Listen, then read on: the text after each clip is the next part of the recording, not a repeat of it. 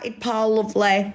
He was disgusted when he seen that profile of my mum, and he said, how do you feel about this, Michelle? I said, you know what, I took everything on the chin. Yeah, it hurts to see your mum being plastered online, but you know, it is what it is. What can I do? She's not here, thank God. So I just thought, well, you know, I'll crack on with it. I'll just take it on the chin. But the police, they won't let that settle. So last night, it really got on Shazad Hussein's nerves because I went to the authorities, which now brings me back to all these other women. Yeah, of course you can. All these other women that have come forward and told their stories about the threats that they receive, the intimidation that they receive. I'm sure you can all understand now what has been going on in Rangy's little criminal world with these young, vulnerable women for many, many years. Not just months, but many years, whether it's in reality, online. And I just want you to take a look at this. Now, remember, last Friday and Saturday, Shazad and Rangy was both together. They did that little live, didn't they? They was trying to like, look at us, Queen, and we're together. Well, this is where them two have gone wrong. And they always say, just stay humble. So I took it on the chin this week, all these threats. And believe me, we've got loads to go through yet, guys. Believe me, we have. I've took all these threats. I took all these videos Shazad's made. But what was interesting was this.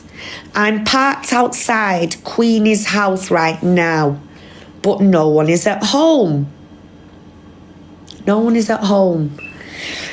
Now, this here is a prime example of what happens when Rangy wants to incite hate or something's going wrong for him. So what can he do to threaten a female? Well, here it is. This is a tactic that's been used over and over. Now, what I'm trying to say is, do you remember the two girls that have just come forward in the last 2 weeks with autism? Very vulnerable. One of them's receiving right now D threats. That's it. She's going to be unalived. So can you imagine when these girls are coming forward and people are going, no, we don't believe you. We believe Rangy. How horrible is that? Because I'm actually bringing you, as Rangy would say in his own words, live evidence of stalking and harassment. And this is unwanted contact. Now, this is my friend Shazad is messaging. I'm going to show you something else. These are the minions. So there's my friend Vimto. She's like literally, you know, just playing the sarcasm game, which I love. She has absolutely had me back, this woman. And I tell you what, without her, I would be lost. She's absolutely amazing. And now she's actually received a few threats. And today, she's put Shazad in his place and now he's blocked her. So it just goes to show, doesn't it, that you can actually hurt a man's feelings. And when you do, these are the reactions you have to expect. I mean, after I've done this live, I'm sure there'll be a new video made about me. I've probably had about triplets or something with Rangy or whatever. It's just petty behaviour. However, my goal here is to see, what do they want with me? What does Shazad want with me? So there's me on the screen. That's on a good day, right? You know how it is. You scrub up well. That's just me being me. Now look at the comments. I bet she wishes she kept her mouth shut.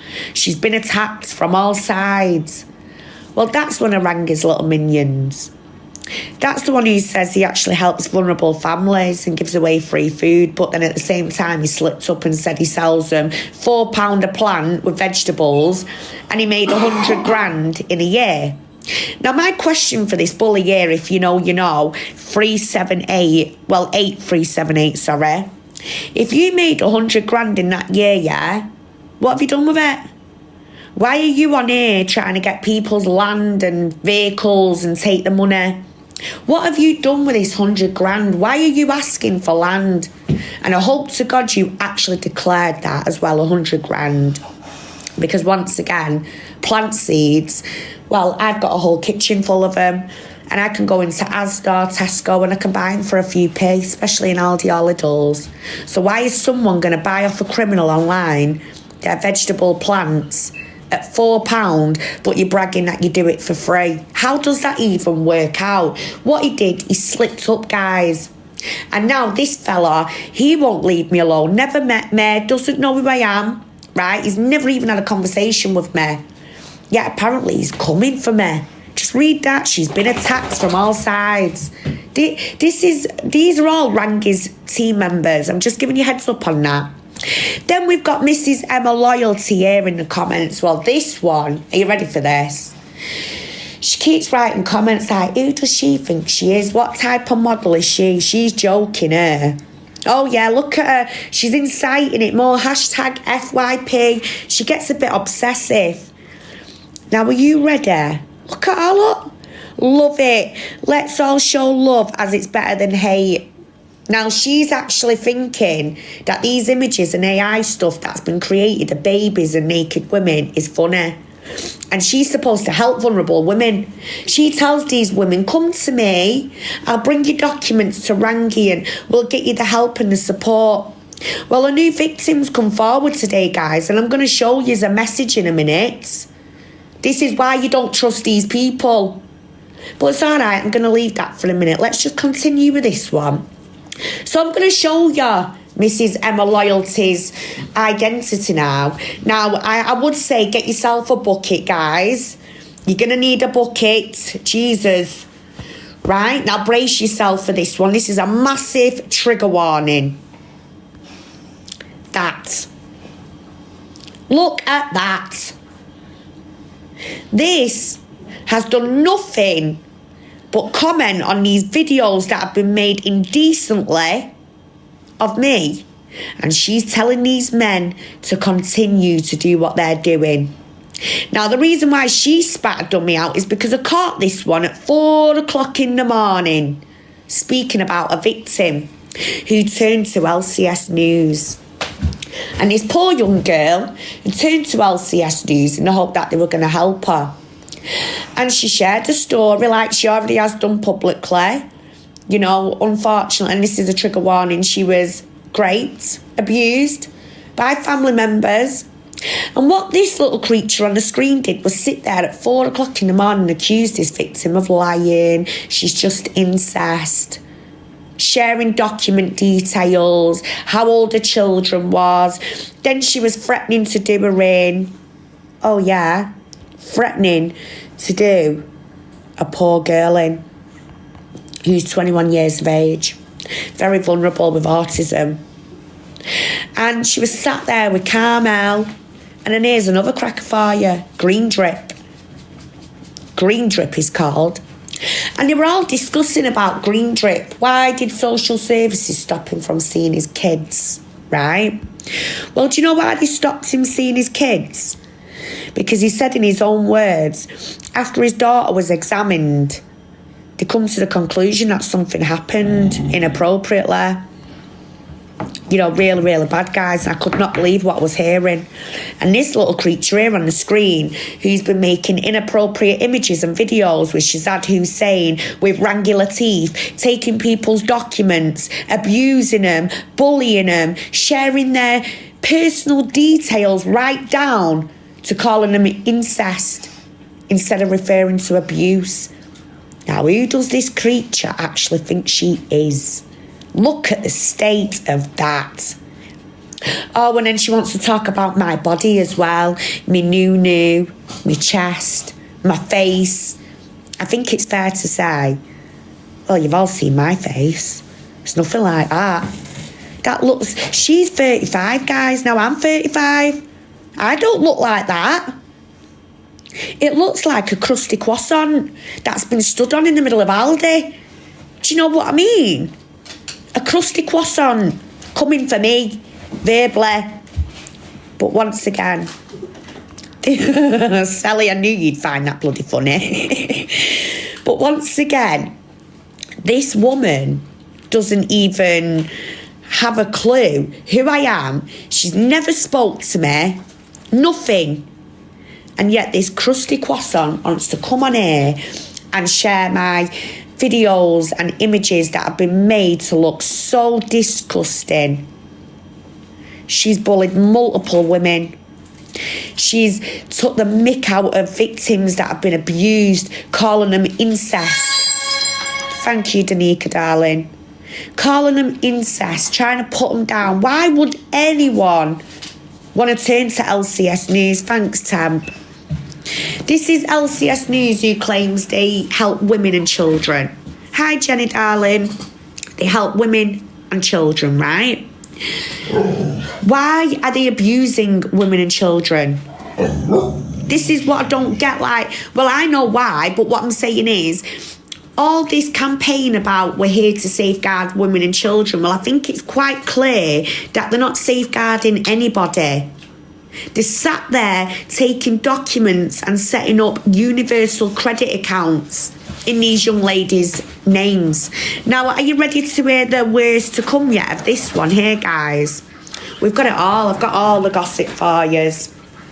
This one takes birth certificates and starts ringing the PIP or universal credit, and she will start to set up accounts in these vulnerable young mums' names using the birth certificates that have been sent over to them. Now, if you all look down the wall, you'll see there was a video. Like I said, I caught her out at 4 in the morning.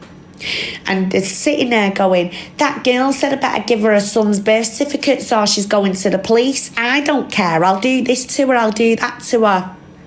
So when you want your records back, that's it now. They turn on you, they bully you, they get physical with you, they'll get, you know, they will come at you from all angles. And you've got all these team members then making hate campaigns, posting people up on social media, taking children's pictures. It is Observer. How does she get access to them? So I'm going to give you a heads up now, guys, and I want you to see the phone call on my TikTok, which is just to prove to every single one of you I'm a genuine soul. I promised you 14 months ago I would prove to you I was telling the truth. And in the background, when I've been quiet for months, some of you have reached out and said, we're worried about you, Queenie, what's going on? I've been here. It's just I've been working extremely hard in the hope that I can safeguard some of these vulnerable parents. So what happens is, a vulnerable mother will reach out. She's got autism or another learning disability. And what happens there, due to the lack of knowledge they've got around, you know, some of these people don't know they're not allowed to hand court documents. And what happens is, once they've handed their documents, they've then been arrested in contempt of court, because it's illegal to share any live documents with anybody, especially when in regards to your family matters with your children. So that's what's been happening.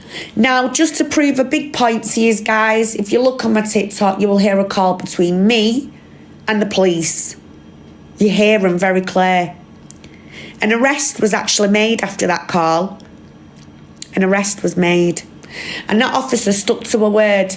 They went in, took his device and arrested him. And every single one of them parents that were looking at charges for in contempt of court, well, they got NFA'd. Do you know why? Because someone like me picked up the phone and recognised what's going on online is wrong.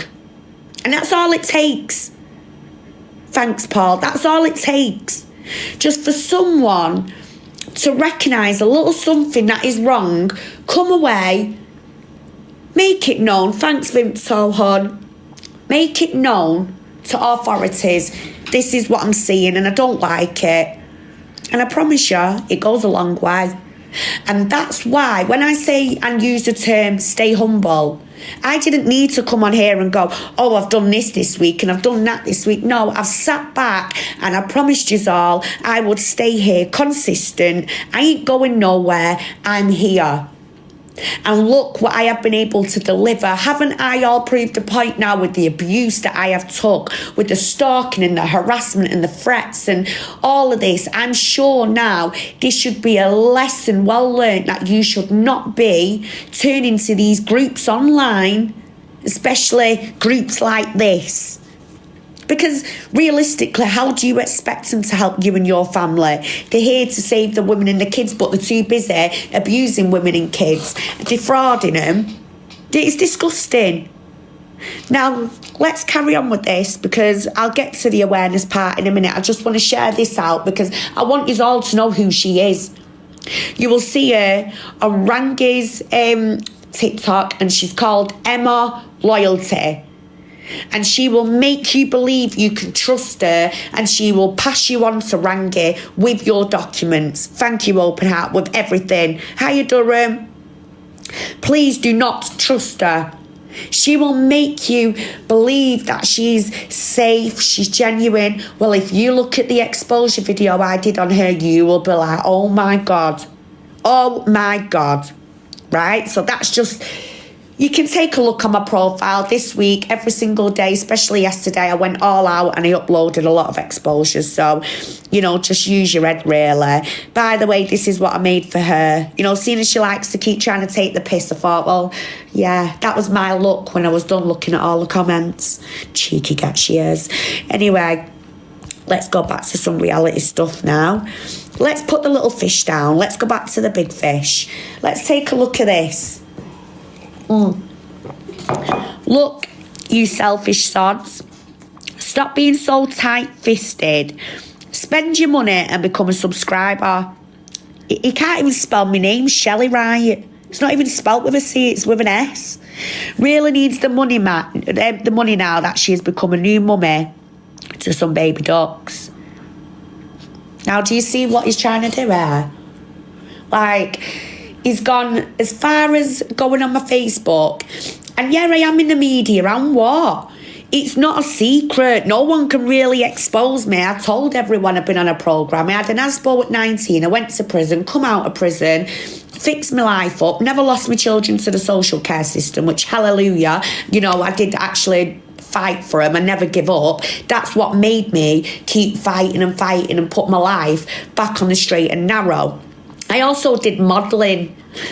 I used to be 15 stone. So, you know, when I lost all my weight and you think, do you know what? I've worked hard to look this good. Yeah, of course I went out there. Of course I did. Do you know why? Because I know I'm a beautiful, good-looking woman. And this is what this group don't like. Apparently, I'm too big-headed. Of course I am. I mean, if you had natural freckles and you didn't need to plaster all that foundation on looking like a cheesy Dorito to go to your corner shop and all that, do you know what I mean? Like, you'd want to be me.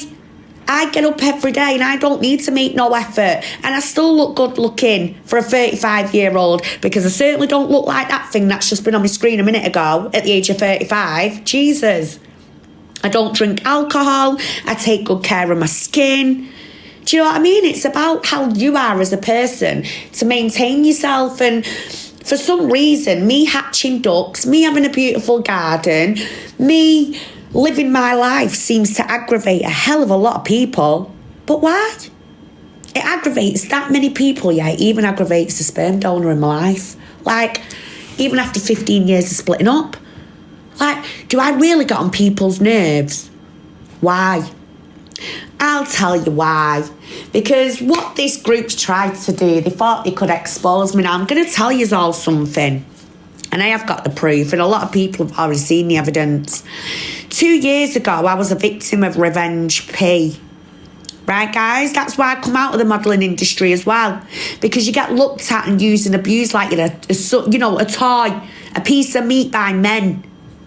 So I didn't want to continue with modelling anymore. Right? I come away from that. And what happened was I had videos and images being plastered on all these disgusting sites. Well, that perpetrator has now got a 2-year restraining order because he broke his non-molestation order last year. So, you know, all of this stuff that is going around now on social media, I don't need to sit here and panic and cry like some people might do. Do you know why?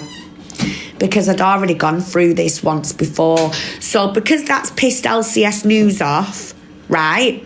It's pissed every single member off at LCS News that I'm not sat here going, they're sharing images of me and I don't know what to do. That's how they want me to be, but I can't. I can't even shed a tear. Do you know why? Because now what they've done, they've made me realise and now prove a point to you women on here, and I will take the brunt of it as long as they're not, doing it to you. But this is what made me do what I do. This is what makes me today tell you women, don't share your pictures, set everything to private, don't share your information, because I have been here once before, and that's why now I'm not going to get badly affected by it.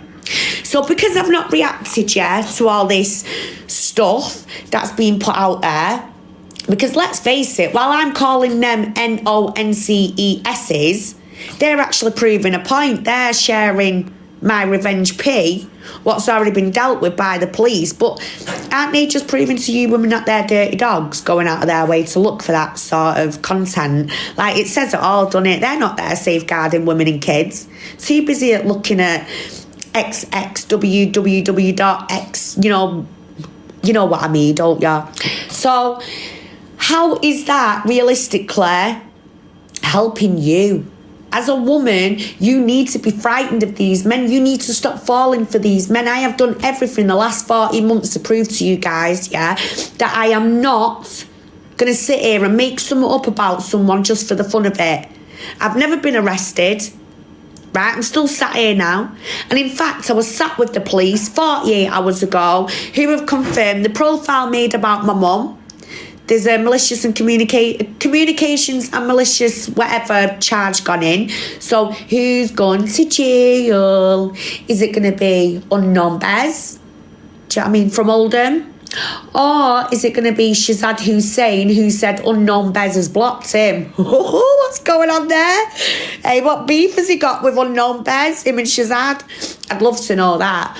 Or was it Rangy? Who's going to jail? Because I mean, to set up a profile with someone's dead mother who was never even on TikTok in the first place or social media, that is desperate. Hi Mel. So once again, guys, 2 years ago, I was a victim of revenge P, stalking and harassment. What this group has tried to do is continue this little... It's like they're trying to expose me and they can't. Do you remember when I said to you, when you come on here, always be honest about your past? What did I tell you? I had an ASBO. You know, I don't have a filter for my mouth, me, so I'll just say it how it is. But I had an ASBO. I went to prison at 19. Today, in this day and age, I'm 35. I've got no criminal record now as an adult.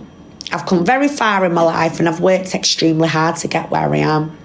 My kids love me. I never lost my kids to the social care and I did nothing but fight for them.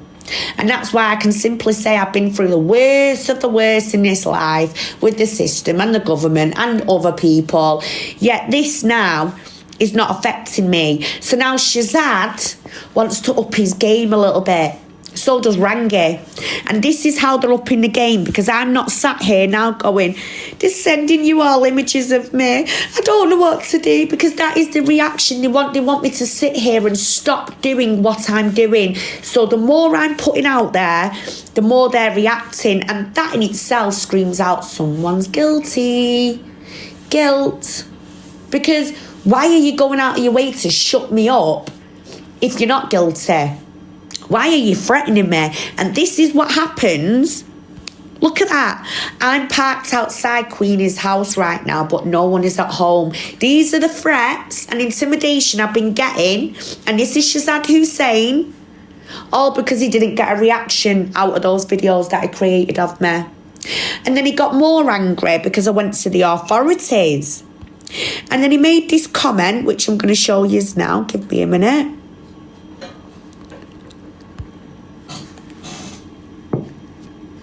Read that, guys. Just read that intimidation tactic there. Has the anti-Rangy crew reported me to the authorities? So can you imagine all these girls that have been going to the police yard about Rangy? Can you see the intimidation? Can you see what they probably had to put up with? And all those women, yeah? All those women are different.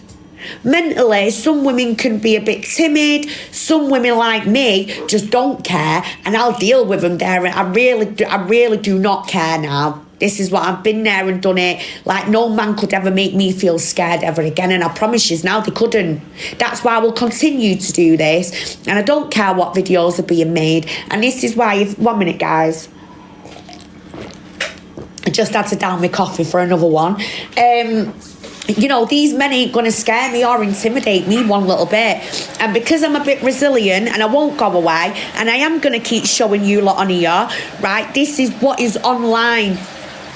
Hi guys, by the way, welcome in. I met him, he's a wrong. Sweet, will you tell me what you know about him, darling? Has he ever done anything to you, hon? So, you know, these are the sort of tactics that are used, and I'm not going to be scared away. I'm sorry, but 14 months, and all of a sudden, right now, Shazad Hussein apparently is the big boss, and I've got to be scared of him. Now, read that, guys. Just read that. Just read it for a minute.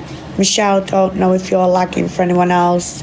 I'm probably being recorded. It's probably Mr. Stalker right now. He'll be getting ready to make his next video, Marcia, darling, after this.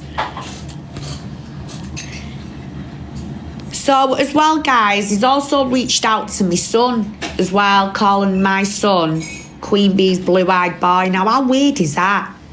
Why would any stranger message someone's child off TikTok and refer to him as a blue-eyed boy?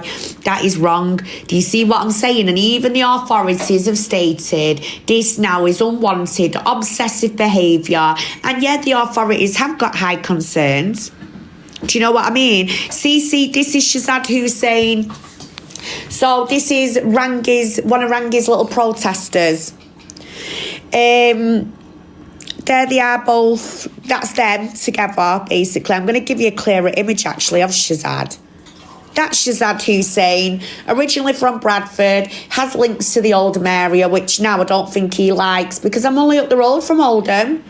I know a lot of people in Oldham, especially the Asian community. I've actually done nice things. Do you know what I mean? Whether it's donate food to the food bank, donate toys to children, donate clothes. Do you know what I mean? And this guy, yeah, just thinks he's going to try and discredit me. I don't think so, because my past, and like I said, you never come on here and sugarcoat anything. I've been honest since day one. I was a 19-year-old vulnerable mother who was having a mental breakdown. BBC filmed me, and at the time, I was just a young, stupid mum. I didn't have no guidance. And on the TV programme, I suppose they do make me look like scum of the earth. But do you know what? I sit here today and I say, but that's what made me the woman I am today. I can tell a young mum, please don't fall for the wrong crowd. Go and get some professional help. Don't go on that night out and ruin your whole life tonight, because it's not worth it. Go and get some help. Do you know what I mean? Because in 2011, I didn't have them services and I suffered massively. But do you know what? Today, I am a woman who can actually speak and support other women and understand what they've been through. And especially with the young mums, I was a 16-year-old mum. So when I was exploited on the BBC programme and made to look like an idiot, trust me, guys, right, I know, I'll sit here and happily say I was the F up in my life once upon a time. But look at me today. I've lost both parents within the space of 2 years, right, of each other. I've put a fight up for 8 years. I've done a lot of educating, 22 qualifications and training in sexual exploitation and safeguarding. And my future goal is to go out there and be a criminal profiler. At the moment, I'm a carer for my son. And yet, a lot of people seem to have an issue with that. And Shazad, well, of course he's going to have an issue with it, because this guy, well, do you know what this guy's known for? Not only being the biggest fraudster of Bradford, but he abused his own mum and dad and his brother and left him to sleep in their own urine and feces. Do you know what I mean? And yet this guy wants to come on here and try and do what exactly? Mock people and women. Well, he's lost with me and my friend. And last night, I'm going to tell you now what I did, because I'm not scared. I want this piece of rubbish here on the screen to know I ain't scared of him and he ain't scared of Rangy. It's been 14 months. Why does Rangy need all these little organ grinders? Why is Rangy not speaking? Why has he got all these vulnerable people? You know, that little crusty croissant, Emma. Then you've got that if you know, with his little plant seeds. These people don't know me, yet they hate me so much. Like, do you see how easy it is for people's minds to be brainwashed online? And look at the videos you've seen of Rangy speaking to children. Rangy speaking to a blind 12-year-old boy early hours in the morning, trying to get in his little brain. And the moment I come in that live, he then says to the boy, how old are you? The boy goes, I'm 12. A Romanian boy. He says he's 12 and then kicks him out. But he'd already been speaking to him for an hour. And then let's not forget now the video of Rangy speaking to a 9-year-old little girl on here. Has anyone seen that on my profile? Calling the little girl princess, as Penny's just said in the comments. Penny, I'm going to have a catch up with you, darling, after this live. He refers to that little girl as, I'd love to talk to you, princess, but some people might have an issue. Yeah, well, he was on about me because he knew I was recording him. Of course I'm going to record it. Of course I'm going to take it to the police and say, look, this man is speaking to little girls online. And that's what I did. Took it to the police, and even they was a bit like, this ain't right. Now, one of my good old friends 2 weeks ago questioned this, and Rangy just didn't know what to do when he got asked it. Why would you want to hear a little girl anyway? So in the video he says, I'd love to hear you, princess. I really would. What 50-odd-year-old man wants to hear a little 9-year-old girl talk? Like, what do you want to talk to her about? What do you want to hear from her? It's not right, is it? It's not normal behaviour. But you see that word, princess? Well, that's a grooming thing, that really is. And last night, he effed up a bit, Rangy, on his live, because you know what he kept saying? Oh, social workers groom your children. They'll offer them cigarettes. Hang on, the last time I heard that phrase, yeah, they'd offer them sweets, not cigarettes. So why is he referring to they're offering kids cigarettes? Ah, that's right. Isn't that what the grooming gangs did? Used cigarettes, didn't they, and substances and stuff like that. Everything these men do, it's deflection. And they want me to feel scared in my house. Apparently, I live 7 minutes away from the police station, according to this dumpling here on the screen she's had. Hiya, Andy. I live 7 minutes away, and do you know what that means? Because I have got a mark on my address, they'll be here within that 2 minutes. Do you know what I mean? So there'd be 5 left, wouldn't there? So what I'm saying is, I ain't scared of this deluded little chicken head on the screen, but he thinks he can do what he wants online. For ranking, there's going to be no repercussions. So last night, I thought I'd have a chat with him. Early hours in the morning, I give him a bell, and I went, hiya, Shazad. And at first, he didn't even know it was me. Do you know what I mean? This is my stalker who's got an obsession with me. He's my #1 fan. You think he'd recognise my voice, wouldn't you? Anyway, first of all, he went, are you drunk? Well, no, Shazad, I don't drink alcohol. So I think he was a bit disappointed there. I think he was trying to, like, create something which was quite funny. So then I asked him about all his brothers. Adalat Hussein. Now, let's not forget now, this man, in his own words, says his brother, Adalat Hussein, was a groomer. And he was done in the 90s. So I went on Shazad Hussein's YouTube, and not only did I find this beautiful, lovely image here of him, I mean, clear as day, better than the other one where he's dressed like a sweet. Do you know what I mean? It looks like a toffee, dressed all in bloody purple. I thought, do you know what, this image is great. I can, you know, now find out about him like he wants to go far on me, because this is what he needs to know. I ain't asked. Two can play this game, but I ain't going to play the game for too long, because there will be a closing part to it. Trust me, they will. Same with Rangy. There's going to be a closure put to it. So I'm thinking, I'm going to get into this guy's head now and just see what is going on in his own little world. So do you know what I said to him, guys? And I want you all to document this now. I know Paul is, you know, observer, he's recording this and it will be up on YouTube, but this is where now you always publicly document your stalking and harassment. I asked him these words last night. What do you want with me? Where are you? Who are you? And why have you come on board for Rangy when Rangy's a grown-ass man? Why is he not doing his own work? What do you want with me? So what would you do now, Shazad, if I was in front of you? And he went, you know, get excited. And I was like, ugh. So then I said, no, what would you do? You want to meet me so much and know all about Queen Bee. What would you do if I was stood in front of you? Is your goal to hurt me? Is your goal to do what? He went, well, I'd get your phone and I'd unblock myself. And then he goes in to tell me there's war. We've got war, apparently. Now, does he really think I'm supposed to sit here and act all scared because we're going to have war? Because the last time I checked, yeah, real bad men and gangsters don't start coming online, harassing women, giving it all this Billy Big Spuds behind a screen. They usually stay humble. And this guy here, all he can do... 1 minute, Kaz, let me have a look now. Oh, yeah, it's working. All he can do is threaten, intimidate, and abuse women online. Now, go on, Kaz. Would you like to tell everyone everything you've had to put up with? Well, he's messaged loads of threats online this morning. Yeah. He's messaged loads of threats to Queen on my... I mean, he's been absolutely relentless. He starts at 4 o'clock in the morning.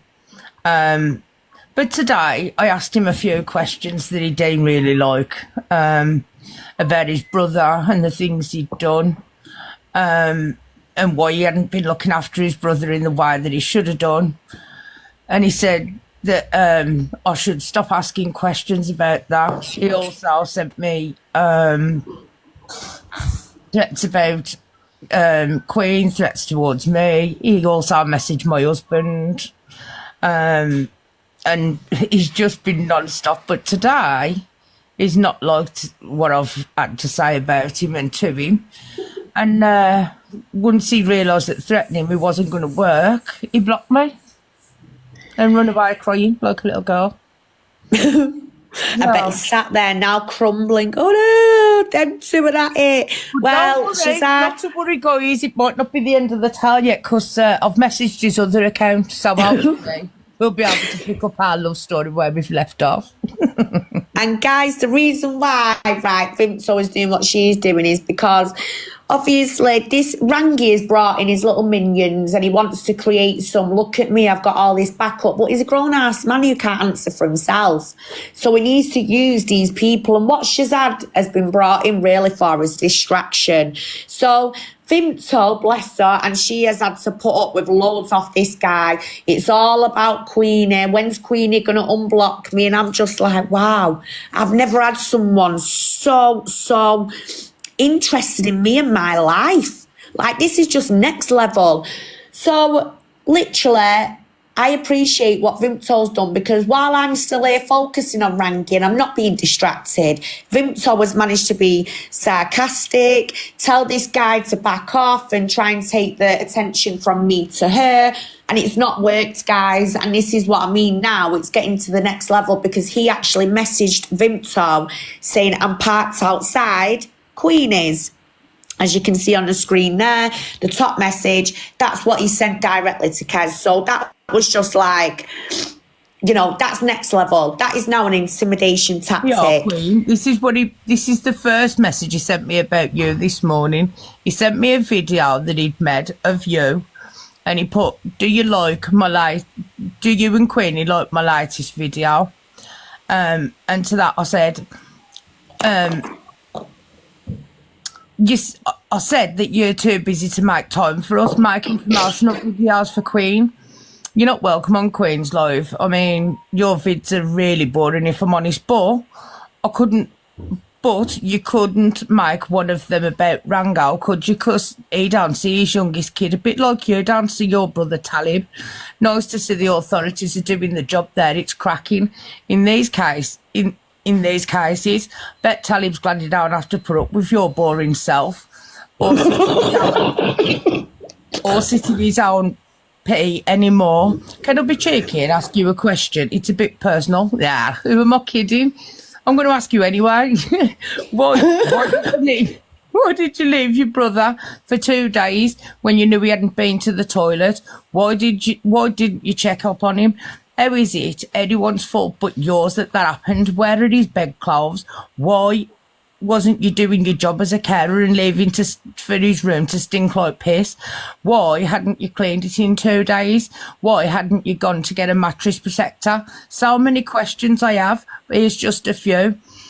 But can I get an answer? and then he asked me if he could ask me a question. Why did we lie to him? Because he's done a deep dive into my background. He wants my permission to do a whole amount of exposing, saying he knows everything about me, but he wouldn't tell me anything, so he obviously found nothing. That's why he blocked me. Things like that to him. There's plenty more where them come from. If anybody wants them, Queen's got them all, so I'm sure she'll send them to you.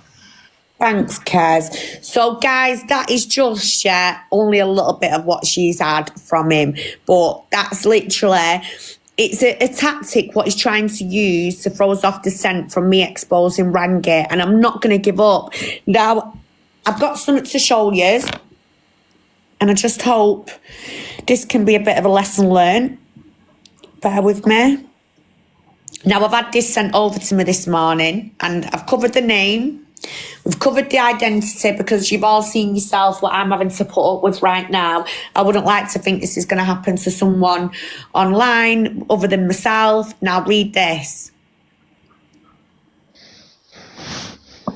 Oh, it's not even cut. How do you get full screen up, guys? Can someone help me? Kez, I'm going to drop you out the box a minute and bring you straight back up. Let everyone just read this. Yeah, okay, no problem. All right, give me a minute, babe. Oh, how do you do it? Sorry, guys, bear with me because I need you all to see this. Do you know what? I hate TikTok sometimes. Enhance. Oh, guys, I can't even get the screen back up fully. So basically, hi, I'm looking for help and support to get my children back from care.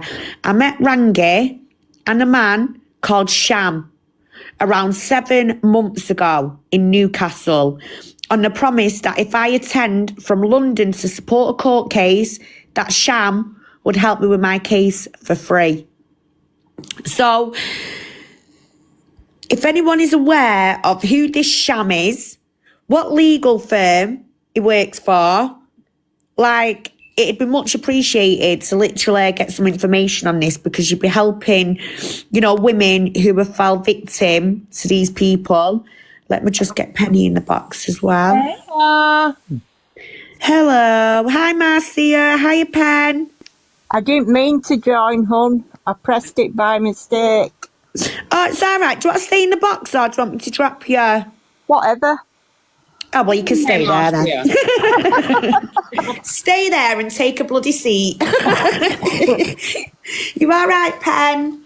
Yeah, we need a private conversation at some point, but well done. And there's somebody on here that I know that's watching who's also interested because I see a connection between a certain person and Rangy that I'm certainly not happy about.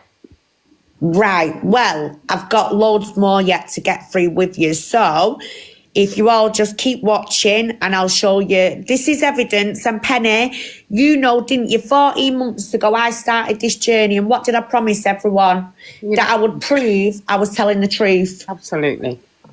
And look what's happening to me now. This is an example of the awareness that I've put out to people for all these... Oh, get one of your mods to change your screen. Right, Rainbow, I'm going to make you mod and you can do it for me, hon, because you seem to be really good at all of this. Hang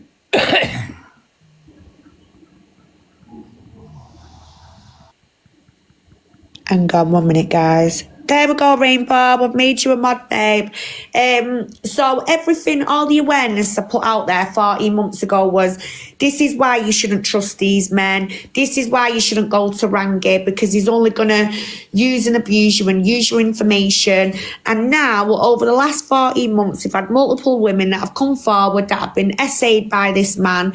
We've had allegations of rape that's been made. Women have gone to the police over that matter. What this man doesn't share with you online is how many times he's been arrested, how many times he's been on bail. And it was only, by the way, guys, around, I think it was 6 months ago, he was on bail, not just for me. Now, let's put me to one side. He was on bail for me in January, and he should still be on bail right now. So all this proof that apparently he's not on bail no more, it's a load of nonsense. However, another girl come forward, a young mum, and she's only in her 20s with autism.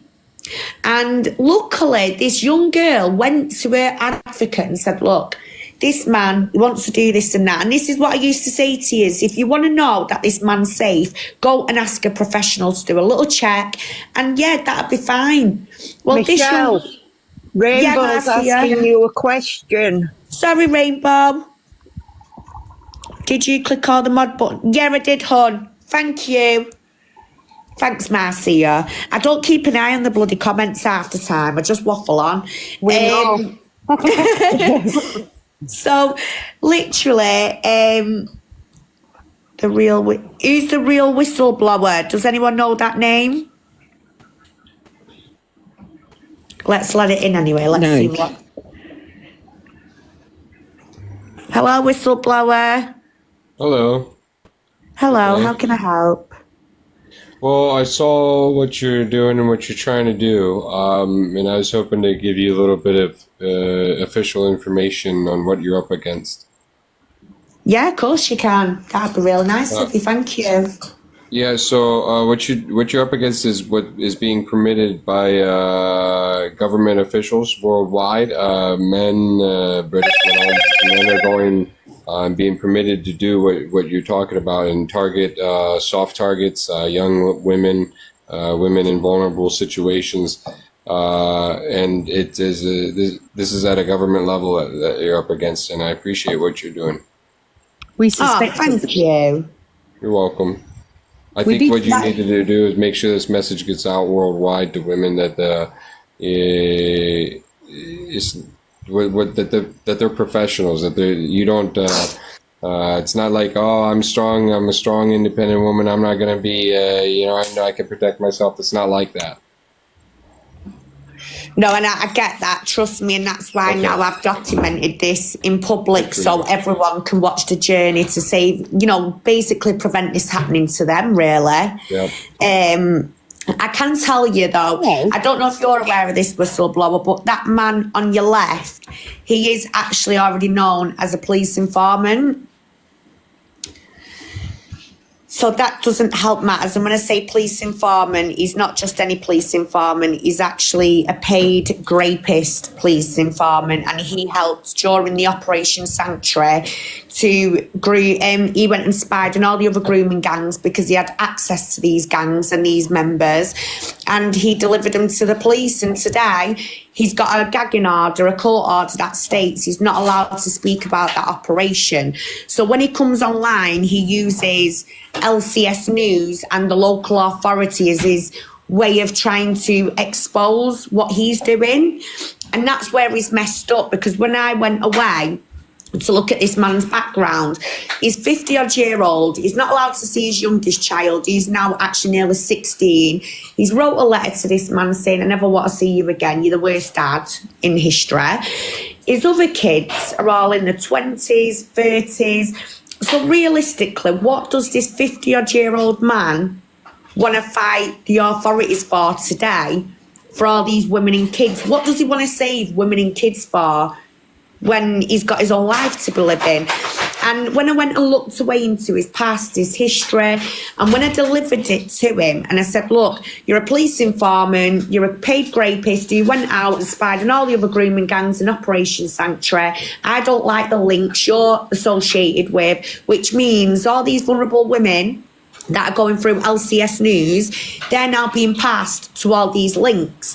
And the reason why I know it's still happening today is because I went onto Mr. Latif's Facebook page, and all the Halifax grooming gang members are actually live today, still on his Facebook, which means he's still active with these grooming gang members. We've had multiple women come forward saying how they've been put in uncomfortable positions, whether it's been hotel rooms, B&Bs. They've been promised that they're going to get the kids back if they do something in return for Mr. Latif. And now it becomes a blackmail game. One young girl has now come forward last week. Not only has she got, you know, a few vulnerabilities herself, however, she had no money. And what this group did, they give her €40. And then when she found out what this guy was doing, she started getting, you know, threats to life in messages. She's also had her children's birth certificates took. She's had universal credit accounts set up in her name. This group took control of her Gmail. So this is how serious now this is. And then him on your right, called Shazad Hussein, has now come in and said that I've got to defeat him. He's the boss to basically Rangy. And what this man's been doing, he's been threatening me, and this is the type of intimidation I've been getting. I'm parked outside Queenie's house right now, but no one is at home. Michelle, Yeah. Michelle, hold it right there. Hold it right there. You've reported him for harassment. I know there's somebody listening to this live who can certainly educate you and others about the protection from harassment act, whereby you can put them in fear of their life. And when he's sat outside your house and he's making them sort of intimidating threats, you have every right to put him in fear of his life. Full stop. Sorry, go on. Thank you, Pen. Well, to be honest as well, I've got to say this because I do feel like I was a bit shocked for this. He sent a message to Vimto saying it was duck season. Now, as you all know, I hatch ducks. I've got therapy ducks in my garden. He sent a video of Looney Tunes and basically he's now calling me Daffy Duck. And on the video, they've got a shotgun and they're shooting Daffy Duck in the head, basically. So all this intimidation tactic. Now, I want you to say to yourself, do you remember the grooming gangs? Do you remember what happened to some of those girls and their families when they were going through the trials? And, well, you start to think now like, oh, you can start to see where the intimidation was for them, why some of them had to drop the charges, some of them felt so... Listen, I love you. I've heard your story so many times, and do you know what you're up against? It's not local. You realize that, right? I know it's worldwide. I know it is. Okay. I want to talk to you about some solutions and some things here, because depending on the evidence you have, that's the issue. It's not even the individuals that you are going against. It is the template of the system. So depending on how well you have documented that and how clear it is, that's the issue that you're up against, is exposing how clear that template is, because it is a very clear and simple template, and the same thing that you're talking about is worldwide, and it's the exact same template. The same trap system, everything is the exact same. So at the informant, that's how they protect assets. It's all the same through all agencies worldwide. What more, how long have you been doing this? I've been doing this for 14 months now on this particular case. Wow. So how much in fear are you right now of your own safety and friends or whatever, whatnot? Yeah, you're close to you that to be fair, I have been told that I'm probably in a lot of danger, but it's one of them, innit? Like, how many other people other than yourself are at risk with this? Probably about 6 people around there. Okay. Can I ask where you're at? Yeah, I'm in Manchester, Ashton-under-Lyne. Okay. All right. So if you want to get me some information, I can make sure your name gets on a certain list, and that might help for the protection at a certain level. But how clear of a case can you make in this and show that their template is what exactly Put it like this way, I've been working on site with Nexus House. I've been going into the police station for 14 months delivering evidence after evidence, and I do believe that they are still investigating other things, not just those. Are you recording when you go in?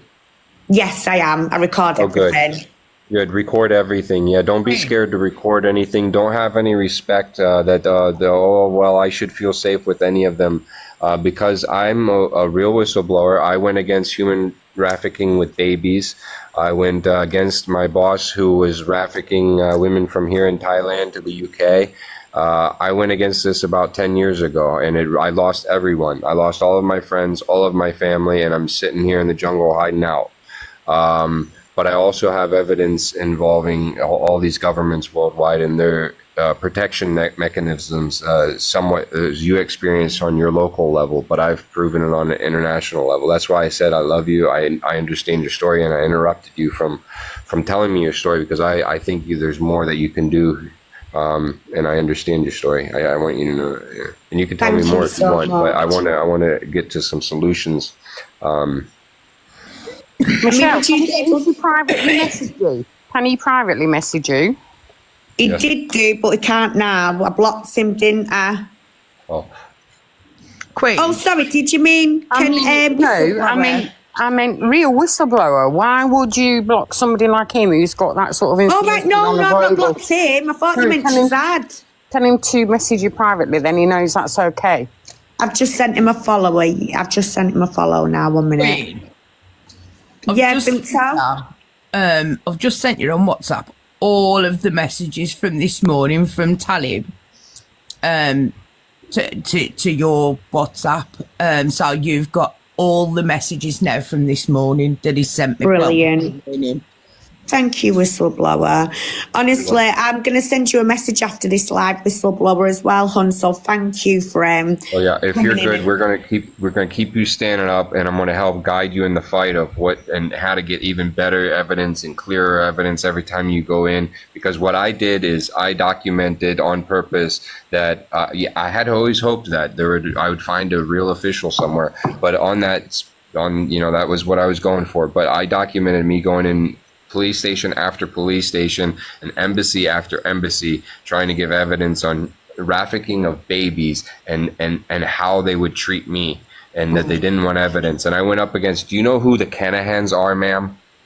No, I've never heard of them. Does anyone here know who the Canahans are? No. Let's see if anybody in the chat knows if any of the Canahans are. Oh, is there a documentary on Netflix? Yes, ma'am. Yeah, I'm going to watch that actually today now you mentioned that. Yeah, well, enjoy it and know that my name's nowhere on there, but they know who that. Yeah, I'm involved with. I went up against that. Yeah. Don't believe the rewards. That's how they protect assets. It's the same fucking thing. I know all about this shit, and I appreciate you standing up. Oh, thank you. And I appreciate what you've done as well, because no one should have to live the life just for trying to do something good in the world. So the way you're living right now, you shouldn't have to be hiding out for doing something good, because what you're doing, what you have done, that's you trying to help the community, the world, and put something good into life. And what I find is no matter what you do, good or bad, no matter what, you don't get praised for it. You don't get enough credit, and people don't give victims enough credit. And that's the saddest part. Like, there's a lot of women that are too scared today to report crimes because of how corrupt the police forces are. There's more victimized. There's more perpetrators within the force than what there probably is in the street. So we're supposed to feel safe with these policemen, and that's not the case. And I do know most of these grooming gangs as well, and some of these gangs online, they pay police, they can pay officers off, and that's just how easy it is. And yeah, I do think quite deep sometimes about a lot of things with the police, but then I get angry because if I get too angry, I won't be able to approach them appropriately. And that's why I've got to remain on a level, because sometimes as well, you can be looked at like you're going off the rails a bit. And that's where Rangy has had quite a few women put on the mental health units. He will claim that they need sectioning. He's already told everyone that I'm unstable. So you can see the sort of tactics they use. The young girl... the same thing. The putting them in mental... That is the exact same system worldwide. It's the same system. You go to an NGO, you get re-victimized. You go to the police, you get re-victimized. It's the exact same system.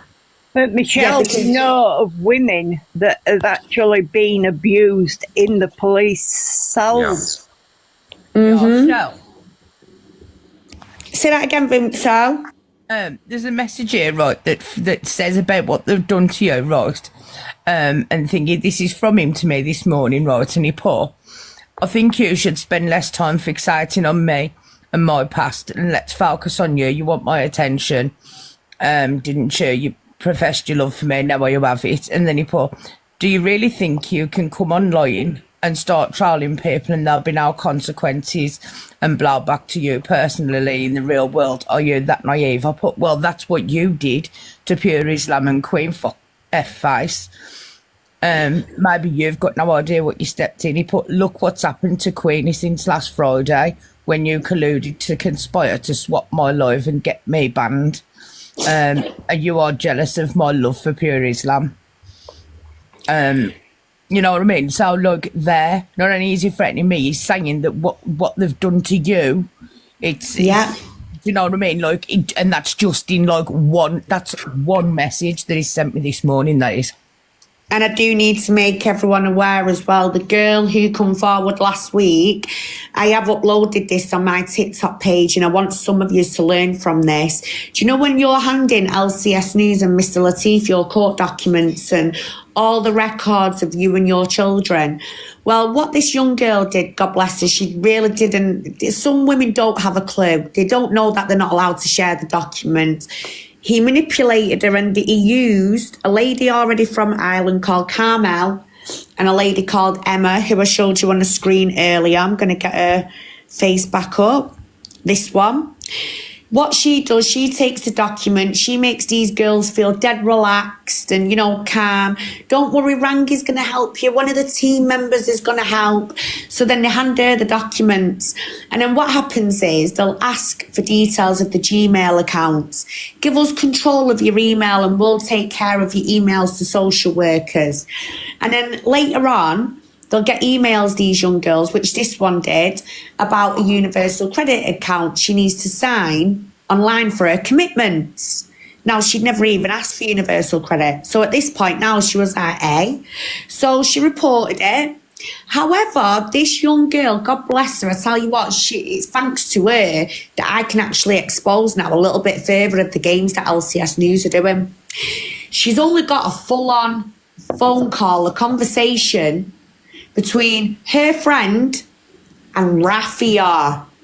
Now, Rafia is, to be honest, I think she's a very vulnerable girl. She's been recruited by Rangy, and apparently she was a nursery teacher, this Rafia, or she still could be today.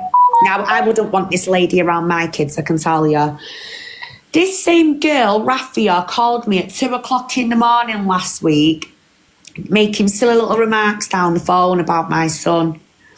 So I thought, well, do you know what? What a silly, immature girl. The next day I got up and I'd been sent a phone call between Rafia and this other girl's friend. And Rafia's saying to this girl, you can all hear it on my TikTok, yeah, well, Rangy called social services on her and told him that she can't, you know, basically feed her kids and we've had to give her €40.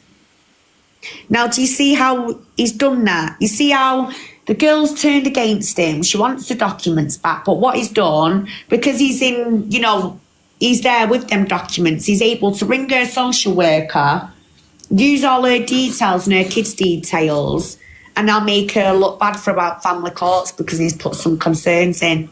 It's controlling and coercive behaviour. And that is to these mums that are asking for their documents back. I've said many times before, what are they doing with your documents and your kids' details? They're selling your data and information across the world, basically.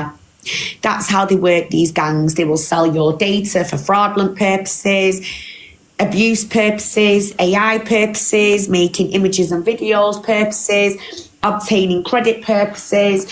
And, you know, it's worldwide, like we said a minute ago. And this is what I'm trying to tell you, is you wouldn't hand your bank details to a stranger. So why are you handing your information to these crooks on the screen? Because because there's really no other options for a lot of them. Like you said, they're vulnerable. So the goal is to create pools of victims, and then you can victimize. And to create the pools of victims, it helps to have their psyche broken one way or another. And women, it's just you're right, and this is why I'm trying to get some points across. So the way you've just said now, from what I've just said, you've just continued to say how it is. This is what I need people on here to start waking up and seeing, especially women, especially you women, because every week, 14 months ago I started this journey, and I'm going to tell you what's hurt me. It's all of the things that's happened throughout this little journey, right? Let's forget the videos now on me. They can do what they want to me. I'm not bothered. You know what's hurt me more? The fact that I've had to watch a new victim every single week come forward, crying, they're being threatened, they're getting death threats, and every time they've gone to the police, they get threatened more, so then they have to withdraw. And I'm not going to do that. I'm simply saying, do you know what? If you lot can't go to the police and you can't deal with this, then I'm going to keep doing it. And there is nothing that this group will do to me, because I promise you now, I will. This is where they've come a bit unstuck with me. For a woman, I'm very, I'm a little bit feisty. And I'm too over feisty, and that is because of my past traumas, and that's why I do what I do today. Because some of these men, when they use all them iron parts outside your house or whatever, they want you to come on here and be panicked so they can see your reaction, and then they'll leave you alone because they now know you're scared to say anything else. Well, I'm not. And what I'm simply saying now is 14 months I've done this, and Shazad Hussein has only just come out of the blue. This woman here on the screen does not know me, yet she's been sharing indecent images and videos, Emma Loyalty, of me that are so disgusting, yet she tells women on here every single day, we're here to save the women and the children. Now, another point, if you're a true campaigner and you've got passion to save women and kids, you don't exploit them and you don't bully them. And you certainly do not call victims that have been essayed and abused incest. Because what you're doing now, like this woman's done, is mocking the abuse of that person. And yet LCS News is supposed to be totally... But I think a message that you need to get out, because when I did what I did, I thought I tried to do it alone, of course, the nice way, and then I went to officials and found out how the major organized crime is, the majority of them are officials, and the rest are protected by them. That's it. Now, when I did that, I thought when my message would get out that it wasn't just about money laundering, it wasn't about it wasn't about drug trafficking, it wasn't about arms trafficking, that it was about babies. I thought the world would stand up and say, you know what, this is enough, we got to stop this. It didn't work at all. Now you have an advantage of being a woman and targeting this as from a female side of things. And I want you to focus not only on that, it's men. I want you to focus on how evil women can be and that they're involved in this, because that's the important part. They've tricked me. I've fallen for female officers.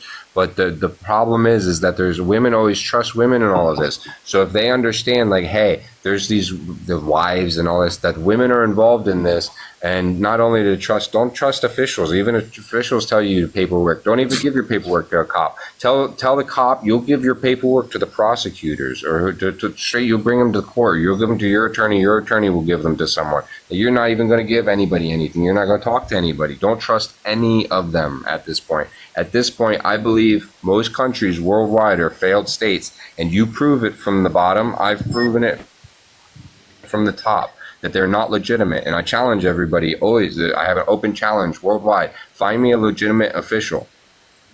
Yeah, and I agree with you there. I'm totally behind you. But I want you to push it about the women. I want women to know, hey, other women can be very bad. You all know this, but it was an example was the Ashkenazis, the Jews. I'm glad you brought that call subject. Each other out. I am sorry, hon. I'm glad I didn't want to interrupt you. I am glad you brought that subject up, because when we look at how the grooming gangs operated on the streets, they always had a female. That female would have to win over other females, and that is exactly what we're seeing today online when it comes to these groups, and they will recruit women. And some of these women, yeah, they have got vulnerabilities, but some of these women as well have got a bit of injustice themselves, and they tend to be angry. And if they see someone else being angry, especially a man, and they're looking up to him, they then start to feel, thank you, Lisa Hun, they then start to feel a bit in power.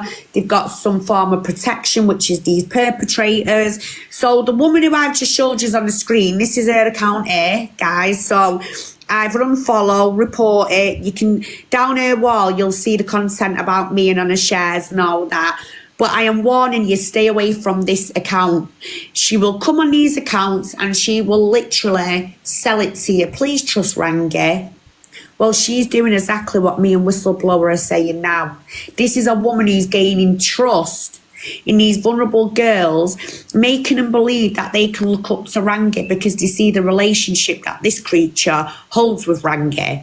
So obviously other women are going to be like, well, do you know what? She gets on with him really well. I'll trust him and I'll do what she tells us to do. And that's where now we've had victims come forward and go, well, it was Emma and Carmel and it was Raffia. And as I was saying earlier, guys, if you go down the wall, you will see I shared a video with you. It's a phone call between Raffia and this girl's friend saying that Rangy had called social services and used it against her.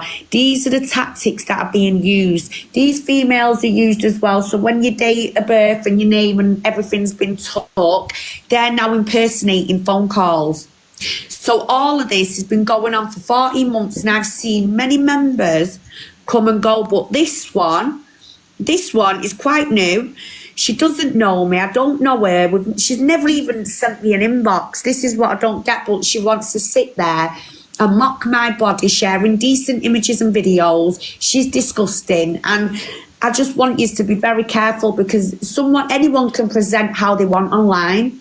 But in reality, look what I'm going through now. These are actual groups. If let me put it this way, it's the same as all politicians, it's the same as Elon Musk, down to the ones that you're talking about. If they were doing any good, we wouldn't be sitting here questioning it today. It would be so fucking obvious. It's the same as me with money. If I had a percentage of any of the individuals I went up against, everybody here would already know my name because of what I would have been doing with it. You get what I mean? It's a joke. Yeah. Oh, thank you for your beautiful comments, guys. This is Raffia, everyone. This is Raffia. This is who I'm telling you about now. So she looks vulnerable. You can see there, even when she speaks, she sounds very vulnerable. But she looks up to Rangy. Now, at the same time, I don't know whether she's a connection with Shazad, Rangy. She could be their family member for all we know. So she has recently now come on the scene, and what she's doing the bullying to the younger females. So she will threaten them, she will tell them that Rangy's coming for him, Shazad's coming for him. Please do not fall for this. And she says she apparently works at a nursery. Now, I'd be very concerned about what babies this woman is working around. So if anyone recognises Raffia at all, and you know she works in a nursery, please can you report this mad woman's behaviour, because she's another one. She's recruiting women and putting them forward to Rangy's little group.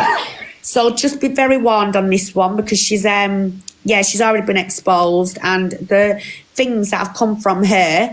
Now, just to show you all a little something here. This is how it all ever started. 14 months ago. What do we need money for awareness for? Awareness costs nothing.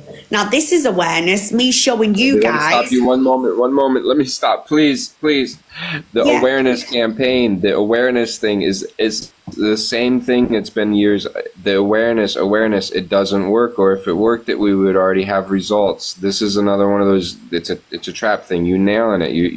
You documented this so well. Keep going. Thank you, lovely. Do you know, I like it when people appreciate the work I've done. Well, nobody understands it, though. A lot of times, you can't blame them for understanding it. For one, this is a topic that's not talked about much, right? Exactly. When I started, it was never talked about. But then Thanks, you have guys. to understand that it's uncomfortable for people to accept what's going on, because then at some point they might feel like they have to do something. So there's a lot of internal issues that individuals struggle with hearing your information.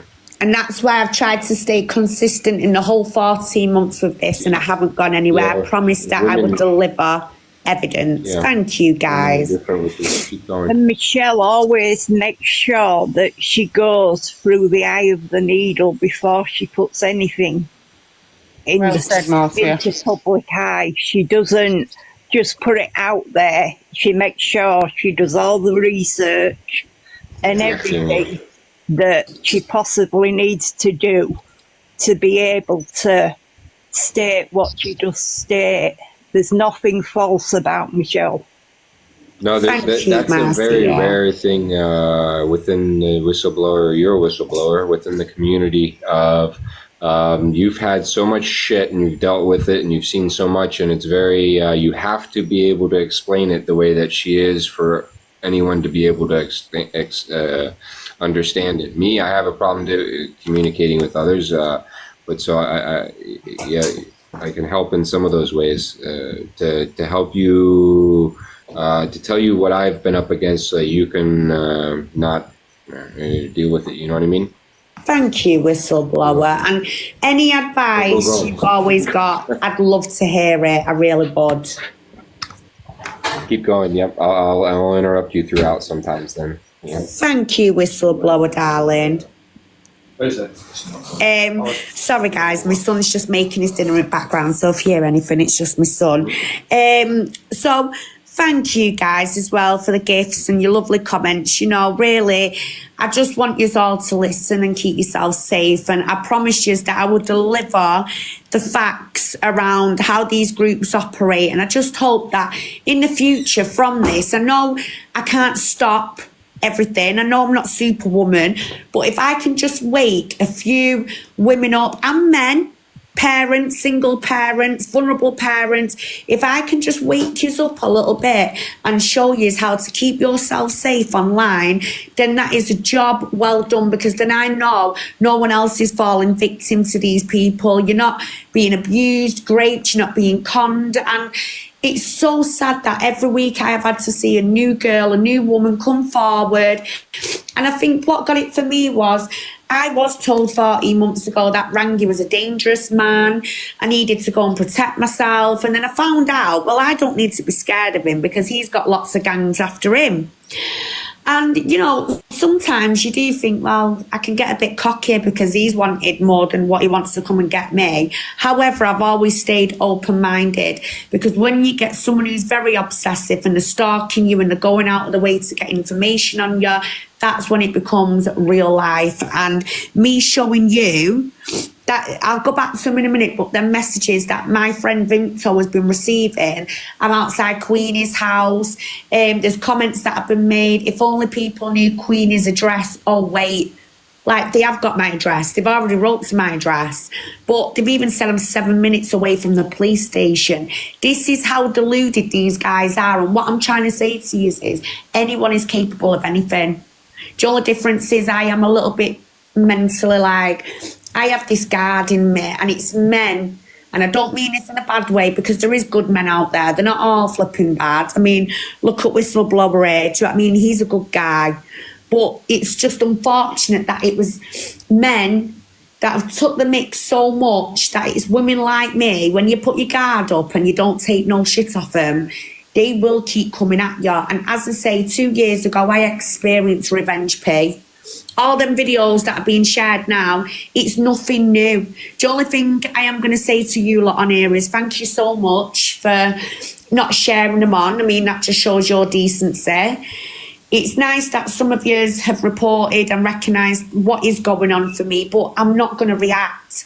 And that's why, because I'm not sat here going, guys, they've been sharing content about me and blah, blah, blah. No, they can't. And because I'm not reacting to it, that's when the threats started coming in, the messages then, well, tell Queenie I'm outside her house. So because now I'm not reacting back to all these stupid things online, it's now becoming a little bit real. And that's why last night I tried to have a chat with Shazad, and I said to him, any real bad boy, wouldn't be playing games online. You would come and meet me face to face. What do you want to do with me, and what is your purpose? Why have you come in to save a man's backside when this man is a grown man who can talk for himself? Why does he need you to do his dirty work? Well, I'm the big boss. Boss of what? Well, we all know what he's the boss of. However, he's not telling me the purpose of what he wants with me. So they want to go out their way to do all this digging on me. But when I said to him, well, if I was stood in front of you now, what would you want with me personally? That was the question. What is the goal out of this stalking and harassment? Do you know what I was told? I'm just intrigued by you, Queenie. Yeah, you just interest me, that's all. He's been watching me for months, Shazad Hussein. So much that he even put me on YouTube and started talking about what my mum used to say to me as a child and things like that. And I'm like, what the hell what is going on in this guy's little world? Now, I thought Neo Anderson I had to be worried about, but Shazad Hussein is next level. And you know these videos and images, what have been going around? Now this is a bit of facts for you now here. And this is awareness now on your images and your videos. What Shazad Hussein's trying to do is make money off my pictures and videos that was involved in Revenge Pay. So last night I tried to have an adult conversation with him and say, Shazad, you do know the police already dealt with those images and that, don't you, 2 years ago? And the perpetrator's got a 2-year restraining order. So what you're doing now is you're incriminating yourself, because the same CID officer said, if anything ever resurfaced again in the future to do with that content, then I would need to take it back to the CID, which I have done. Well, the moment I told him that, he got, he was like Hulk on the phone, like proper. He was aggravated at the fact that I've gone to the police. No. He was aggravated you went to the CID then. Well, yeah. He was aggravated that you went to a unit that he might not have anybody in control of or something or whatnot, maybe. I'm not sure, but go on. Well, apparently, I'm part of MI5. They usually laugh at you if they go to the police. Ha ha, go ahead, fuck off. Yeah, well, he didn't. He literally got really, really agitated at the fact that I've now got the authorities involved. I said, that's specific authorities is what I'm saying. So he got aggravated by it. But what made me laugh was, I said to him, what intimidates you more, me or the police? He went, none. Well, why are you getting angry then, Shazad? And then I'd try and be nice to him and say, look, what is it you want with me? What have I done to you? All this for Rangy. Why?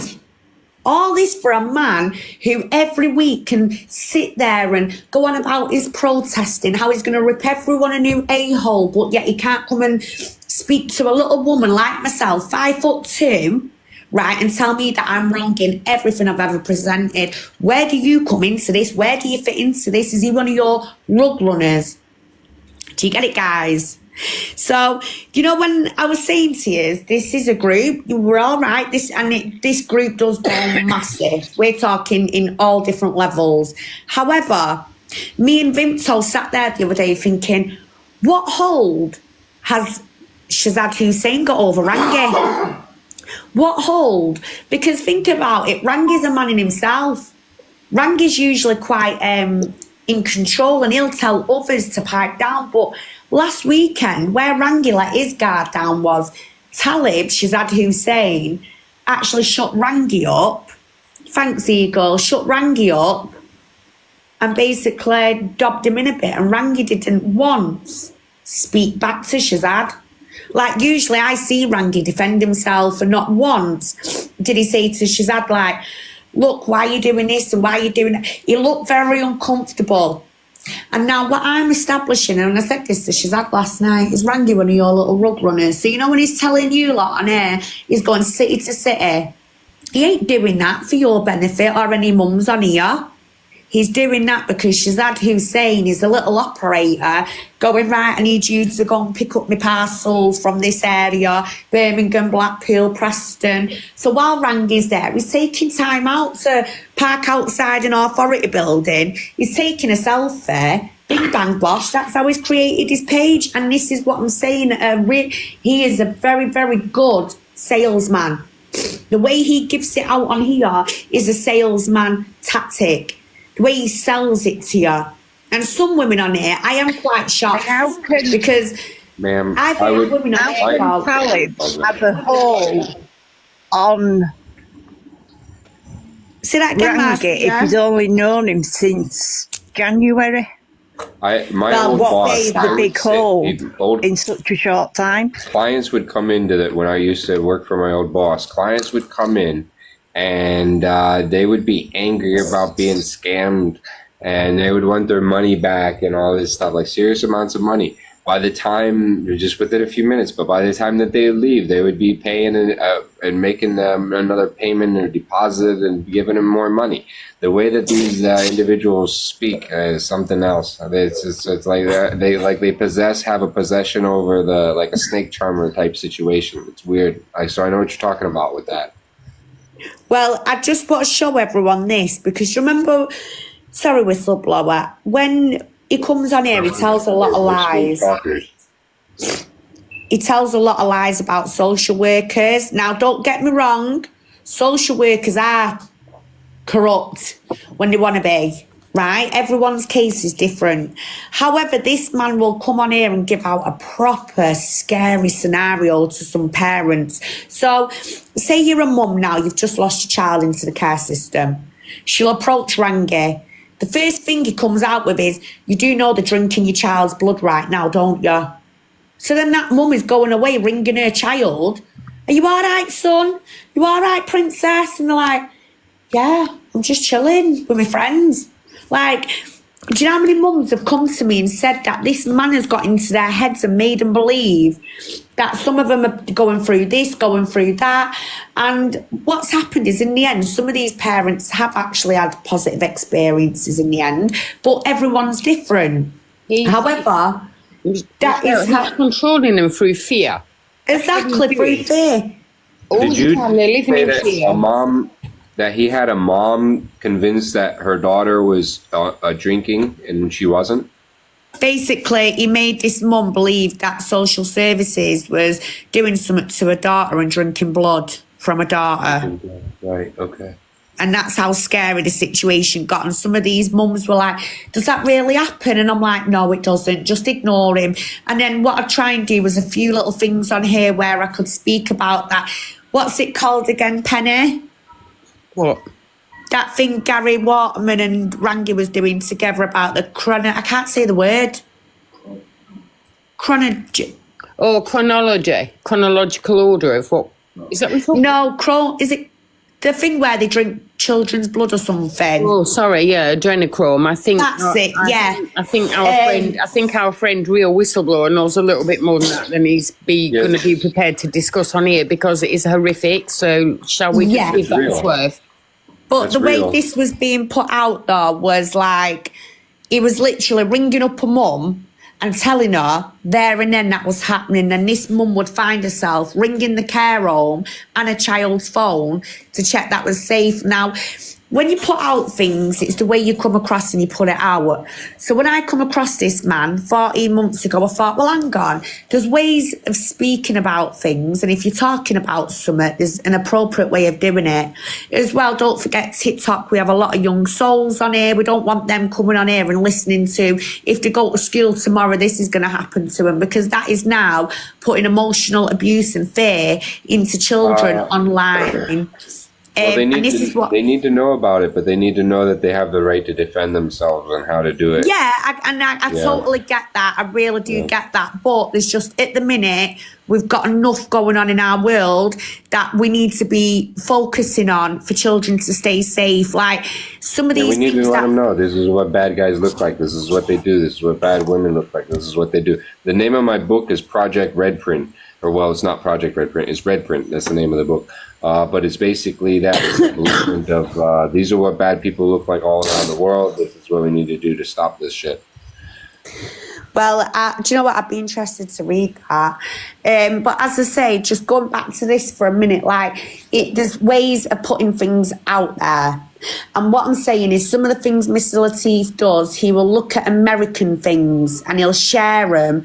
And this thing isn't happening over here. It'll be happening in a particular area in a different country. And it's not relevant to what he's doing. So some of these women, unfortunately, have felt scared. They've been put in a place of fear. When they tell him they don't want no more contact with him, what happens is he'll threaten them.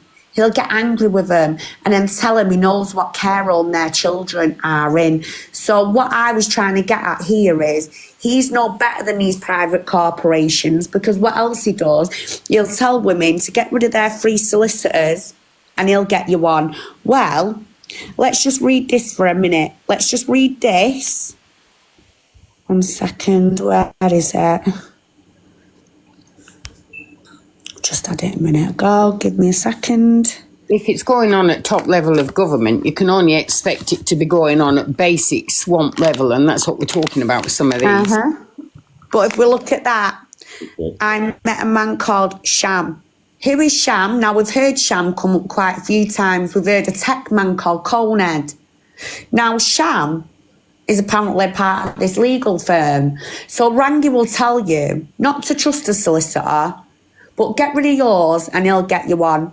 And then some of these mums have been getting invoices, £250, £500, £12,000. So isn't that now becoming a private corporation of con men and groomers coming together, trying to take you away from your safe zone into their red zone, which is danger? And that is what I'm trying to tell you. Please stop. If someone says to you, I can get you a solicitor, do not go for it. Because one of these mums have recently that have come forward is blacklisted from getting legal aid because Mr. Lateef used her information in her birth certificates, and now she can't get legal aid because what he's done is put a stop to legal aid. Now, even I was like, how's he managed to do that?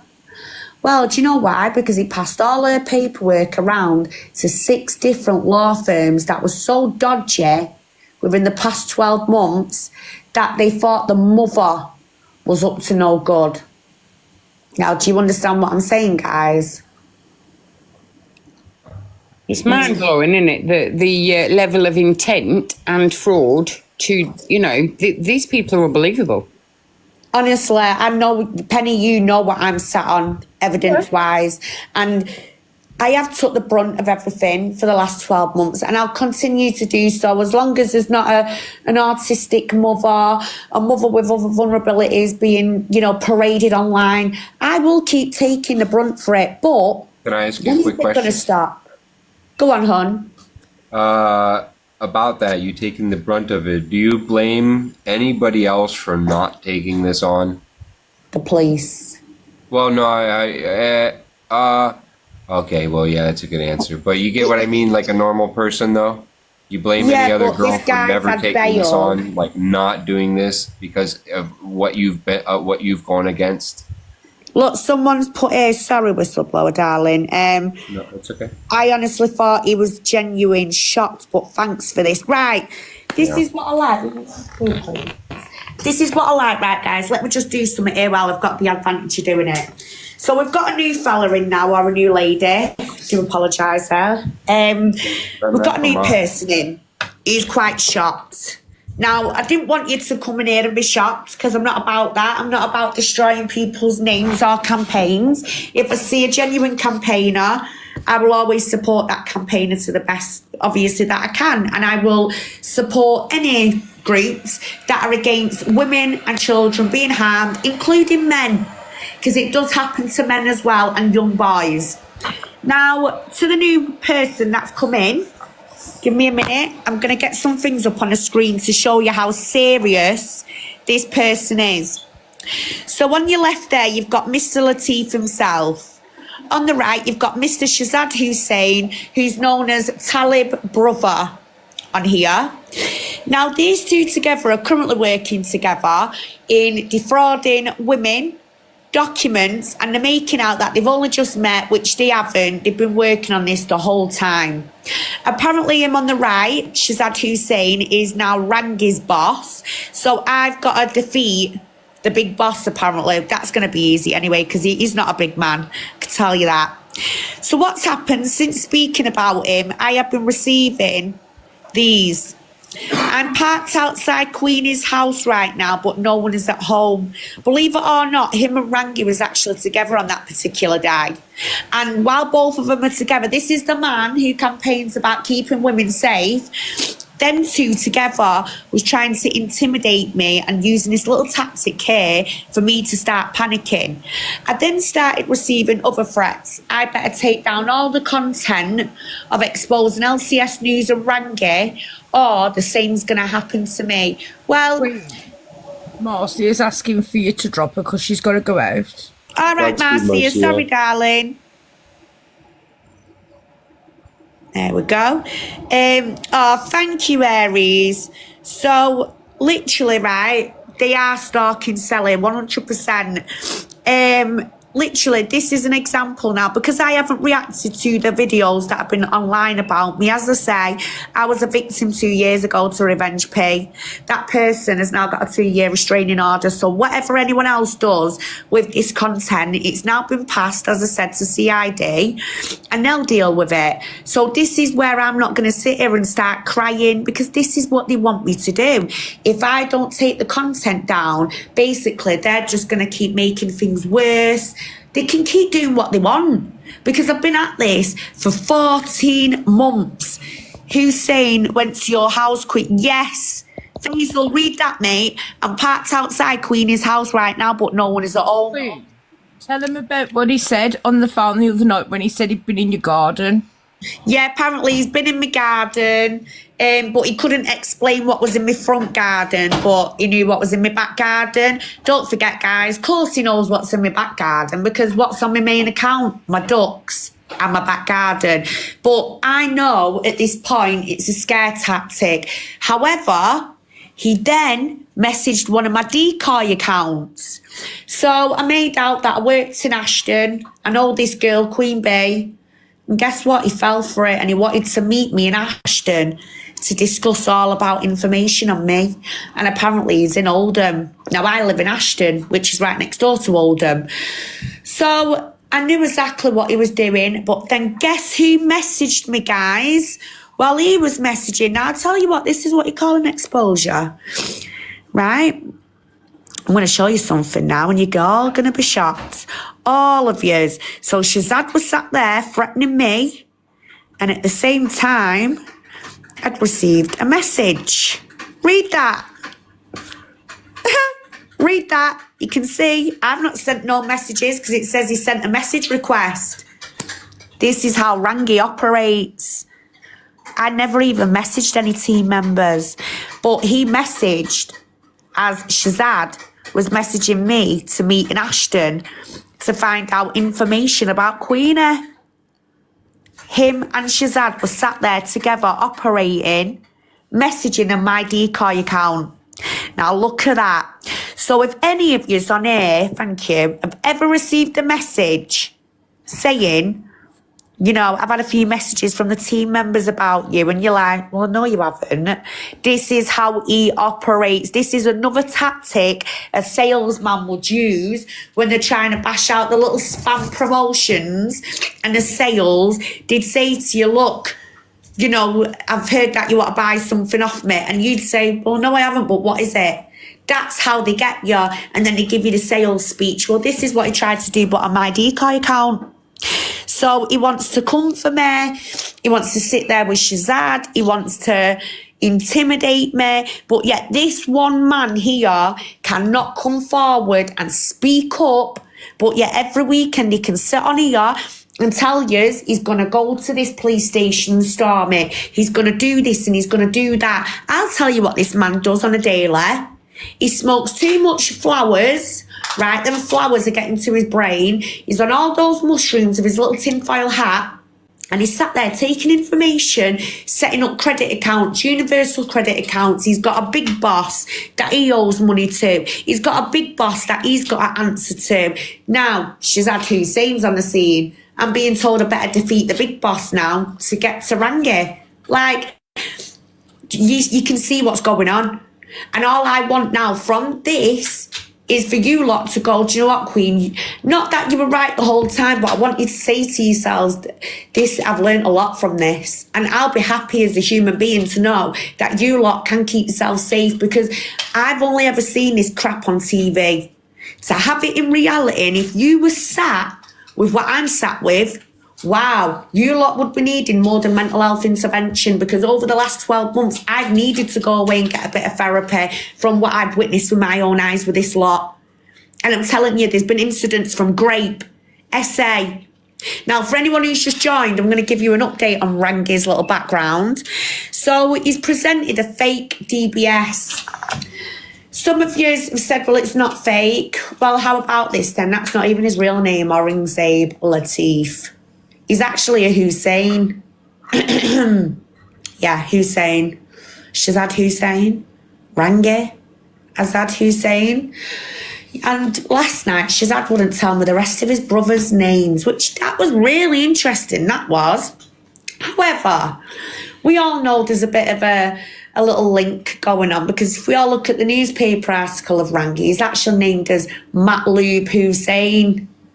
Do you know what I mean? So, Rangy's convictions, 19 PNC warning markers for water pistols, you know, firearms, grape under 16, grape over 16, human trafficking, rugs, ABH, GBH, breaches of RO, kidnap. Do you see what I'm saying? And I'll tell you now what annoys me with the police. Are you ready for this? Where did you get your information from? How about you go and swivel and take a good care of all these women, and then you won't need people like me to keep putting the foot down and keep coming and doing your heads in day out, because that's what the police don't sometimes like about me. I demanded for Nexus House to get off their backsides and come and meet me at Ashland Line Police Station, and they did. And when I told them that I know who Mr. Latif is, he's Mr. XY, he was paid 10 grand during Operation Sanctuary to spy on all the other grooming gangs, even though he was a convicted rapist. Do you know what CID said? How did you know? Well, if you're very good at something and you're passionate about something, you're going to deliver good work, aren't you? Just like a policeman should. So why don't you tell me? No, it's not. No, it's not that. It's actually... whenever you go to them about anything real, like what you did, they do want to know, who are you? How did you get this information? What information do you have? Because they already know everything that you're talking about. They want to know how you got it. How did you figure this out? What are you going to do? How big of a threat are you? That's why. I think it's fair to say the police... Do you know what, actually, to be fair, the officer 2 days ago said he could... What was it Kezzy said? What was that word? Nice. When the officer bigged me up for the work that I've done, he applauded some of the work that I've done, because police are not living on TikTok or social media, there isn't many awareness or people who want to actually do a genuine cause like I have. So the officer made a really nice couple of comments, and, you know, I don't want brownie points once again. All I want from this is for people to get together. Just don't fall for their flattery. Sometimes I don't, and that's why... I promise you now, Vince Salt can tell you, I will not be patronised by no police officer. Even the superintendents can't deal with me. So even them... I'm trying to save you on the learning curve, and it's like you already caught a lot of things in your little bit of time that it took years to figure out. So good job. Thank you. And once again, I've had to learn on my own independently. And when you do live on fight or flight all your life, you start to observe a lot. Thank you, guys. You start to observe a lot of things, and you have to work out how you are going to deal with this. And I did go away as well and obviously do my training and educating. But my future is to become a criminal profiler. At the moment, my life is a bit restricted because I've been a little bit ill, so I've had to take time out. I'm looking after my son, who's having surgery very soon on his head. So at the minute, my hands are tied, but my future goal is, especially for the end of this year, I will be in uni doing criminal profiling because my kids are older now. They're doing their own thing in life. Now I want to do something, and that's putting something back into the community and the world in general. But coming online and going to women's centres and carer centres and being able to tell desperate people that are at the lowest and very vulnerable, teaching them what a groomer looks like and what a fraudster looks like, I enjoy doing it. And if someone says to me today, Michelle, what does a groomer look like? I can genuinely tell a lady or a man what a groomer looks like and how they work and how they operate. Same with a fraudster online. We have a lot of, at the moment, there's a new tactic that's being used where a man will sit online behind the green screen and he's telling women he's a gynecological doctor. What do gynecologists do? They deal with the lady department. So obviously this is how now they're obtaining images of some women who are desperate. They can't get a doctor's appointment. So when they come across, when they think they're speaking to a doctor, they're desperate and they're trying to get as much info and advice to help themselves as they can. It's just unfortunate. Once they've sent that image over, that's it, it's too late, and you don't know what is then being done with that image. Just like I said with Shazad Hussein, at the moment he's sharing videos, images, he's also sharing it to people, all my followers. This is how much he is really stalking me. He's actually sending yous all those things, but asking you to basically subscribe to these websites. So where's that revenue going with my images, my videos, me? Do you know what? And it's disgusting, the thought of all these dirty men doing things with my images. They're selling it for revenue. It's wrong. It really is wrong. And I really don't want any of yours. And if anyone has been affected, a massive trigger warning to all of that. But we are not a piece of meat. These men cannot keep sharing us up there and parading us like we're an object, right? Because at the same time, I'm then questioning, well, hang on, that's haram. They're now going against their religion by looking at these disgusting things, posting women.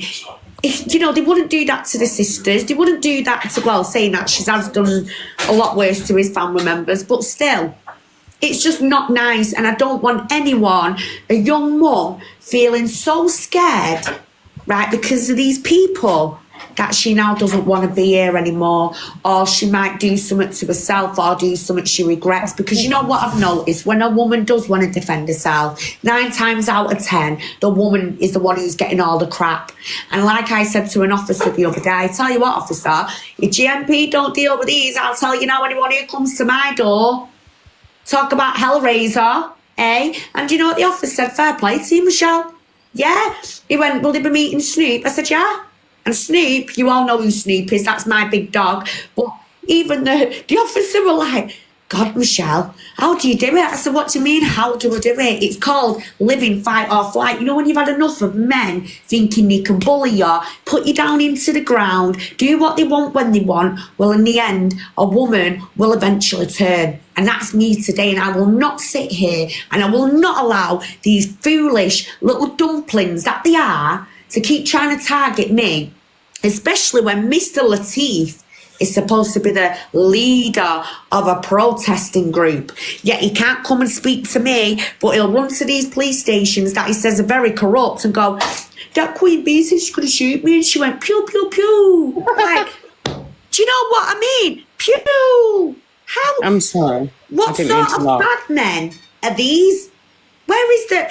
My ducks have got more substance to them, and this is what I'm saying. I will not sit here, let any man think they're going to do all this get all street man talk and all this, because I have seen the worst of the worst throughout my whole entire life, and this is what these men can't cope with me with. Do you know today, real bad men do not exist?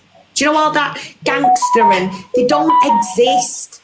They're all in jail. They look like shriveled up little croissants. They've got nothing left going for them. They want to still think that there's some sort of Jack the Lad. Well, these ain't. And I'm going to show them they're nothing but little maggots who've got no IQ. All they can do, apparently Shazad Hussein is supposed to be an intelligent man.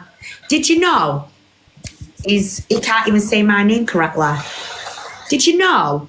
Right? He's just been mocking my son for having disabilities, but yet he's sat there telling everyone at the same time he's dyslexic. So what I'm saying is these guys are all right to call your family and mock you and your children, but you know the moment you catch them out and go, why can't you say that word proper? Well, I'm dyslexic, innit? So, you absolute donut. You've just sat here and called a child who you're supposed to be campaigning about. And look at you're letting your guard down. These are not bad men. I mean, they messaged my child. I sent them some pictures. Disgusting. I mean, I know like very high level criminals, and no, anybody now, they're just wanksters. They're fake. They're playing a part. Yeah. But the attraction to like I will call them out. Like I've dealt with real gangsters, and I've walked in places. Anyways. Like I recognize real, and they're fake. They're what we call wanksters. They're wannabe gangsters. I grew up when if you acted that way, you could have been you would have been usually taught a lesson by someone that was one of them, and that was the end of it. But now, as I've grown older, someone explained it to me, and it helped me to understand. Like it's a trend to look that way or to act this way. And the girls fall for it, and their trend is to be, go with that. They're following the brainwashing. It's part of the brainwashing. But it's incredible what you've gathered on one very sharp aspect of the system. Thank you, my lovely. And I'll continue this journey because I've only got one goal out of this, and that is to start. There's somebody that asked down in there in the chat. They said, "Isn't he fighting against something or another?" Oh, Labuna. Now he's supposed to be fighting against. Supposed to be, yeah. Supposed to be fighting against. Yeah, they are. They're asking to come up. You can drop me if you want to, but they're asking to come up. They have a few questions. Yeah, you can come 1 second. Right, whistleblower, I'll drop you if you want to come back up. You can do, my lovely. Sure, no problem. Have a good day. All right, hon. Thank you. And message me, yeah. I will do. Don't worry. Thanks, mate. Oh, he was dead nice. So, let me let this person up. Hello. Hi, are you okay? Yeah, are you lovely? Yeah, I'm alright, thank you. I'm so sorry I had to drop that other guy. But I do genuinely have a few questions. I mean, I've come across Rangy on a few lives, and he's always sort of been really emotional and really is trying to expose, like, he's wanting to look after our children, exposing people who harm our children, and he's always asking for, like, because I'm Muslim, so he's always asking for, like, du'as or prayers. And I've sort of been like, you know what, I do hope you get to the bottom of it and stuff. So what's all this? Is he not who he claims to be? Yes. So, Okay. first of all, there is a lot to this man, so I hope you do get ready for this. I come across him 14 months ago, and he told a lady, basically, go and tell the judge where to go. And she didn't realise the consequences. She followed what Rangy told her to do, and she ended up losing a newborn baby into the care system. She was devastated one night, sat in his box, and I observed it very, very carefully. And at first, I actually thought Rangy was doing a genuine thing. I really did. And this is what annoyed me. Like, now, I've been on a journey where my guard's up, put it that way. Yeah. So I listened to her, and she was absolutely devastated.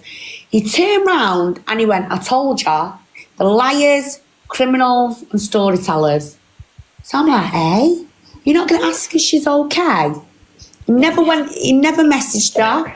Never asked how she was, so I messaged her. That was my first protocol, right? I messaged her and I said, hi, lovely, I hope you're okay. May I ask what's happened with Rangy? So she said he told her to tell the judge that you can't take my baby away because I will take you to the High Court and I will get a court order on my child. But she said it because he'd advised her to say it in a manner where put your foot down basically with the judge. She went a bit overboard and that's how she lost the child. Right. Speaking to this woman, she had learning vulnerabilities, like learning disabilities. And this is where I was like, wow, oh my God, poor woman. So I went away and I started looking into Rangy. And I started seeing he had 6 charity accounts. In fact, I'll show some of the charity accounts now because now he's hid these well out of the way. There's one. Let's support an LCS News with Rangy, the man with the van. Well, do you know how he originally got that van? He used to do man and van on a weekend to earn himself a few quid. He used to go around Newcastle and tell everyone he was going to be a millionaire. And he got this van and he was doing like, you know, just helping people with removals. He got with a lady and his lady then started paying out money for all them stickers for his big truck there. And that's how he imagined, he, in the end, managed to get the van all kitted up the way he did. And he started coming out in the blue with his cause. He wants to fight against social workers. He'd always refer to, he's got his babies, right? Let's not forget now, he uses words like he's got babies. His kid's been kidnapped. They better bring him back or he's going to rip him a new a-hole. Well, let me just show you them first. So there's another charity. There's another charity. Oh, there's another one. Jesus Christ. All that just for awareness. Read that. That's a document. And I am allowed to share this. That's proof. His wife. There's a few things that he said on the live, and it's the way he was wording things that got me questioning whether this gentleman, well, I won't even call him a gentleman if I'm honest, from what I'm hearing, whether this man is who he says he is. I mean, he was saying things like, oh, you know, just do dua for me, just to keep me in your prayers, because I'm really, really going to be fighting with the high orders. I'm really going to be fighting for. So, and it just got me thinking, one man can't be doing all that. Does that make sense? Yeah. Like, it just, I don't know, it was just the way he was wording things, just the way he was saying things. So I'm glad this live's come up. And look now, can I ask you, darling, have you seen all different, how long have you known Rangy for online? I wouldn't say I've known him, like know him. I've come across, he was on a live with, I think it was, her name is Rez. I think it was Rez where I first came across him. And it was mostly sort of within the Asian community where he was like, oh, you know, I'm doing all this. And he didn't mention his children. I'm having to fight for him. I'm having to do so and so. And I don't know, it was just, yeah. Well, I can confirm with you, my lovely, his ex-wife is still in hiding today, just to defend her a bit, because he tells everyone the wife beat him up for 17 years, she did this to him, but then on someone else's podcast he'll go, well, throughout the 17 years of our marriage, there was no DV, but social services framed me.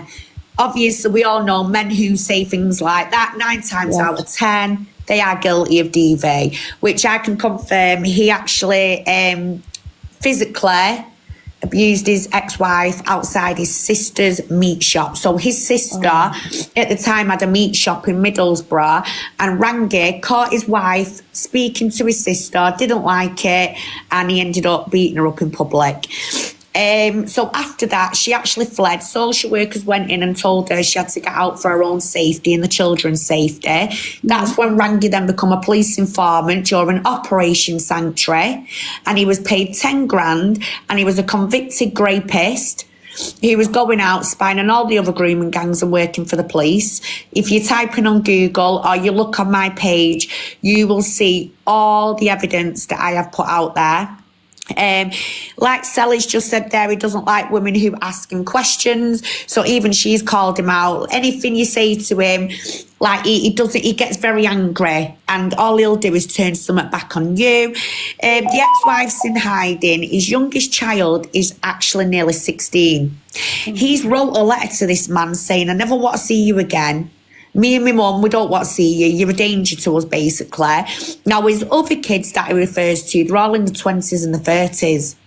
But once again, a groomer and a con man will always use words to pull at your heartstrings. So him telling you he's got children in his care and he's being targeted, a lot of people are going to go, oh, poor Rangy, or his poor children. And yet none of yous know his children are all so grown up that they're at uni and they're getting on with their own lives. And then he'll tell you, I've targeted his kids.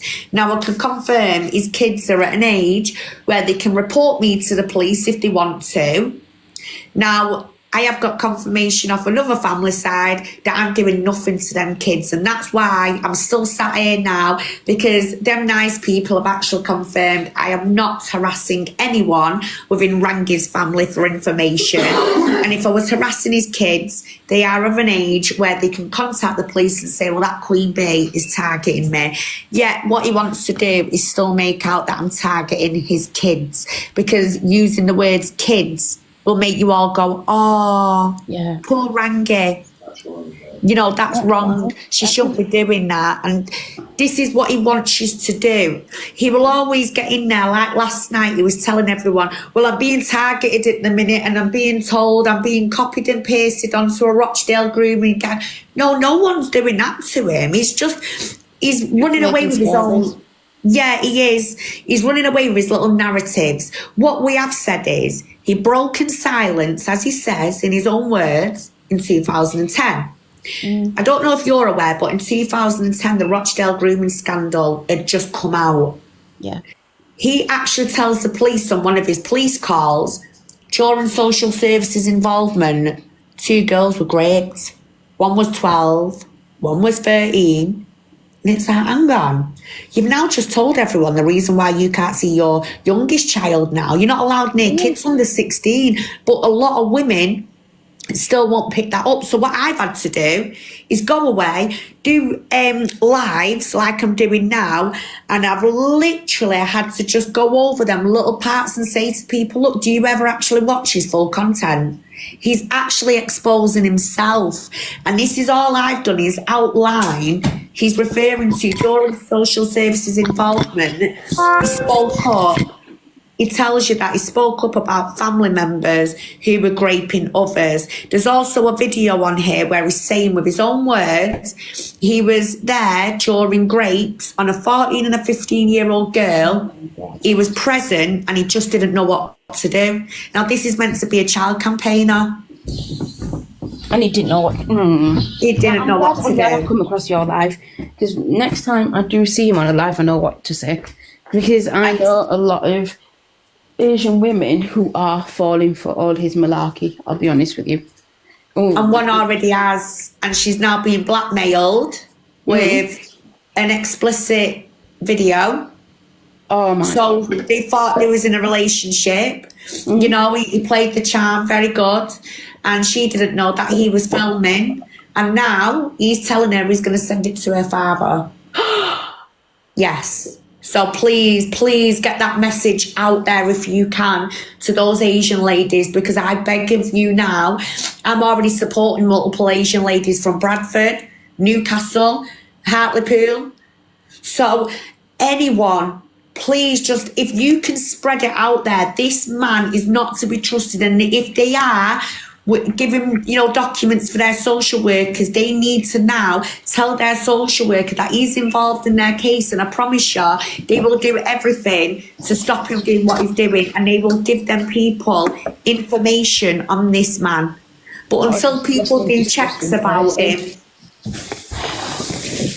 I know you're probably very shocked, and I don't blame you, because a lot of people, I've been doing this for 14 months and I'm now getting new people that are coming to me, and all I want to do is just tell women how to keep safe online. And I never went out of my way intentionally to expose Rangy. This was just more of the fact that I had women crying every other week. And then when I did the first exposure live, I had his own family come to me. Rangy was actually in the register. He was in jail for 7 years after he essayed his disabled niece. Oh my God. I Who couldn't walk. it would be something like this. I thought I thought it was just probably him being a sort of narcissistic individual who was just. So I did not know it was going to be to this extent. Oh my God. Look, And there's his partner, that's Shazad Hussein. look,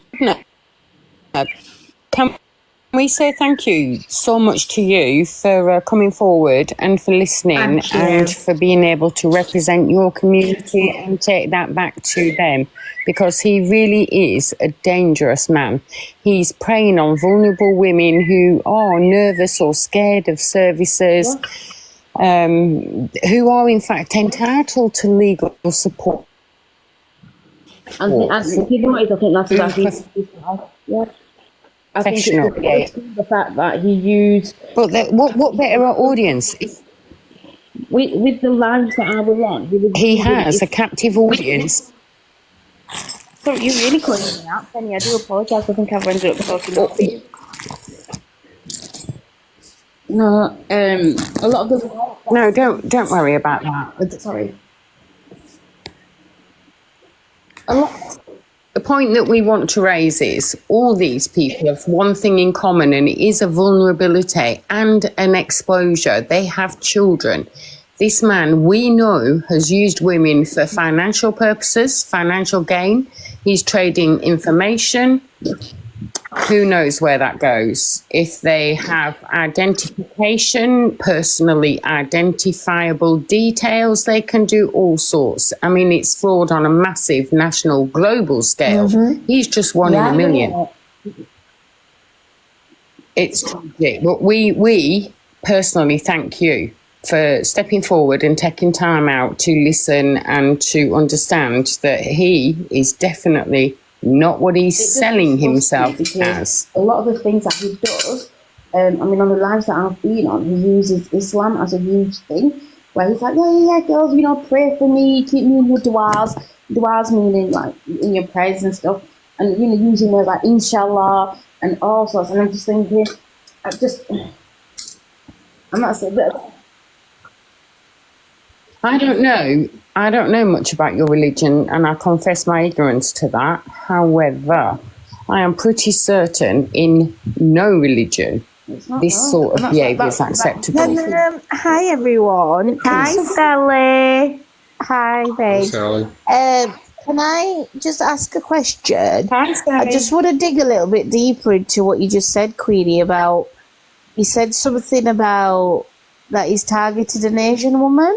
He has. And that was 14 months ago. So that lady, it was thanks to her that I was able to get on the journey that I am a little bit further. So she gave me a lot of inside stuff about how Rangy lived. And God bless her, I seen the threats that she was up against. She had taxi drivers stalking her, waiting outside her house. She was fighting for her son back, and Rangy just made her life hell. But eventually, like at the beginning, everything was smooth, fine. He won her over. They got into a bit of a relationship. You know, he made her feel proper special. And then one night, she didn't realise that he was recording until she got up and seen the light on the phone. And she called him out about it. And do you know what this man did to her?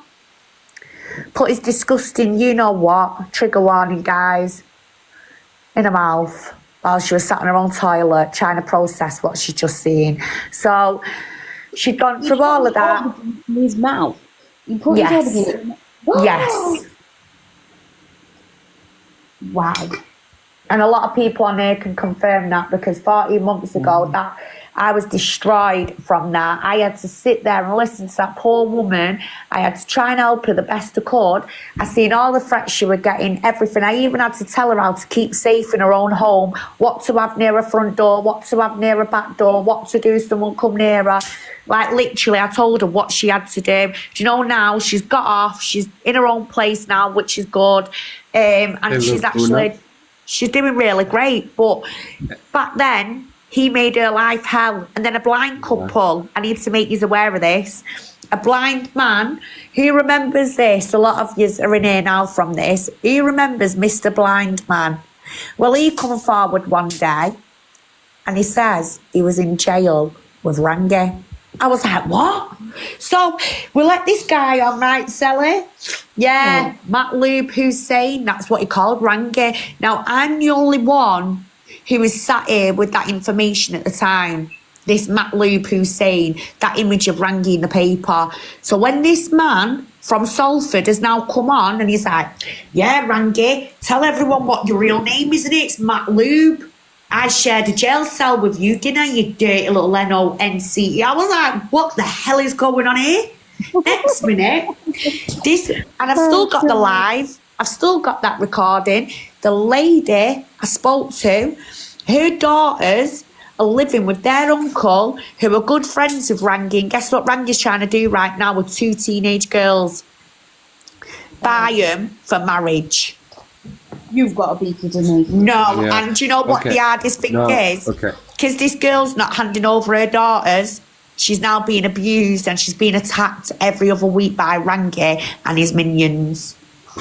You know what he's Okay. he's doing? Labuna, do you know, or does anybody else here know any girl willing to honeypot this fucker and get it all nice and clear? I'll go to the UK and I'll set it up myself. If we need the right individual that's going to do this and get this guy done for, and I'll take care of him right there. We don't need to even turn anything in. I know what to do when What do you mean someone's by I don't understand that term. Entrapment, we call it over here, where they set up a situation so we can catch him in the act. I or would be happy. I would be really happy to help. But I'm going to speak to my husband first and see if he'll be okay with me being part of it. I don't want to do something where... As well, I want you to think of your safety here as well, ladies. Like, that's my main important. That's why I want to get involved and make sure that other people are involved and make it so much. What does anybody here have any opinion on Mr. Robinson? Who's Mr. Robinson? Tommy. Oh, Tommy. No. That's not do you know what he's right? Who funds him? That's my question. Who's funding him? From this Rangy guy. He is, by the sound of it, his victims, a lot of them, are the South Asian community. And I think I understand why he is aiming at the South Asian community. Do you think so? Yeah, I think so. Because from what you just Well, a lot of them won't come forward, will they? That's the problem. that's why it is. So a lot of them won't come forward because of this whole ideology, because of this whole thing of family respect and what we people say. And that's the reason he is using things like the Mex to trap them. Yeah. Yeah. And that's why it is. It is sex outside of marriage, as you already know. It is it's not something else. And I just want to remind you You get as the right well. girl, you'll get him. He'll incriminate himself so bad because if you get the right girl, he just won't be able to help himself. Yeah, but again, like I said, I would be happy to help, but I need to get my husband input into it. I don't want to. But he's No, if it's meant to be. living with Talib's brother. Yeah, like, let's go back to Talib's brother for a minute, actually. So, Why are they living together? well, apparently they're not now. He's not there. Okay. But, you know, I know, everyone's seen it. They are together. And last night, I had They're a in the conversation. office together. Yeah, well, I had a conversation with Shazad last night. So, Look at you. Michelle, can Yeah. I just clear something up about this Talib's brother? Is he the guy who has a disabled brother living in Bradford who was placed Yeah. into a residential care unit because he was neglected and being financially abused, That's as the well one. as the bloke's mother, apparently? so Okay, Yeah. right. you know, the night, not last Thanks. night, the night before, when we were talking to him, what did we hear in the background? Say that again. Can you remember what we heard in the background when we were talking to him? Not last night, the night before. And I When said, someone was coughing. when that girl was talking to him, and I said, yeah, give us a shout if you need help. You don't want to be stuck with him. Yeah, there was a girl in the background with Shazad, and What's concerning me, ladies, and gents, there's a girl on his profile that keeps commenting, and she looks about 14 years of age. She's called Jazz or something like that, and she keeps commenting on everything, and I'm sure that could have been, it's either her or Raffia who called me early hours in the morning last weekend. That's very childish down the phone. Now, that's a worry in itself. Why is Shazad got a young girl in his house? He's supposed to be living on his own.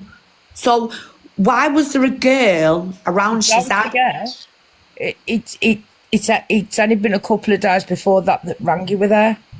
Exactly, that's what I'm referring to. That's what I mean.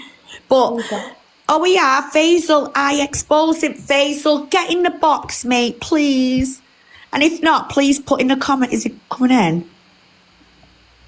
Florida man, you're going to have to wait a minute, lovely. Faisal. Faisal, come up.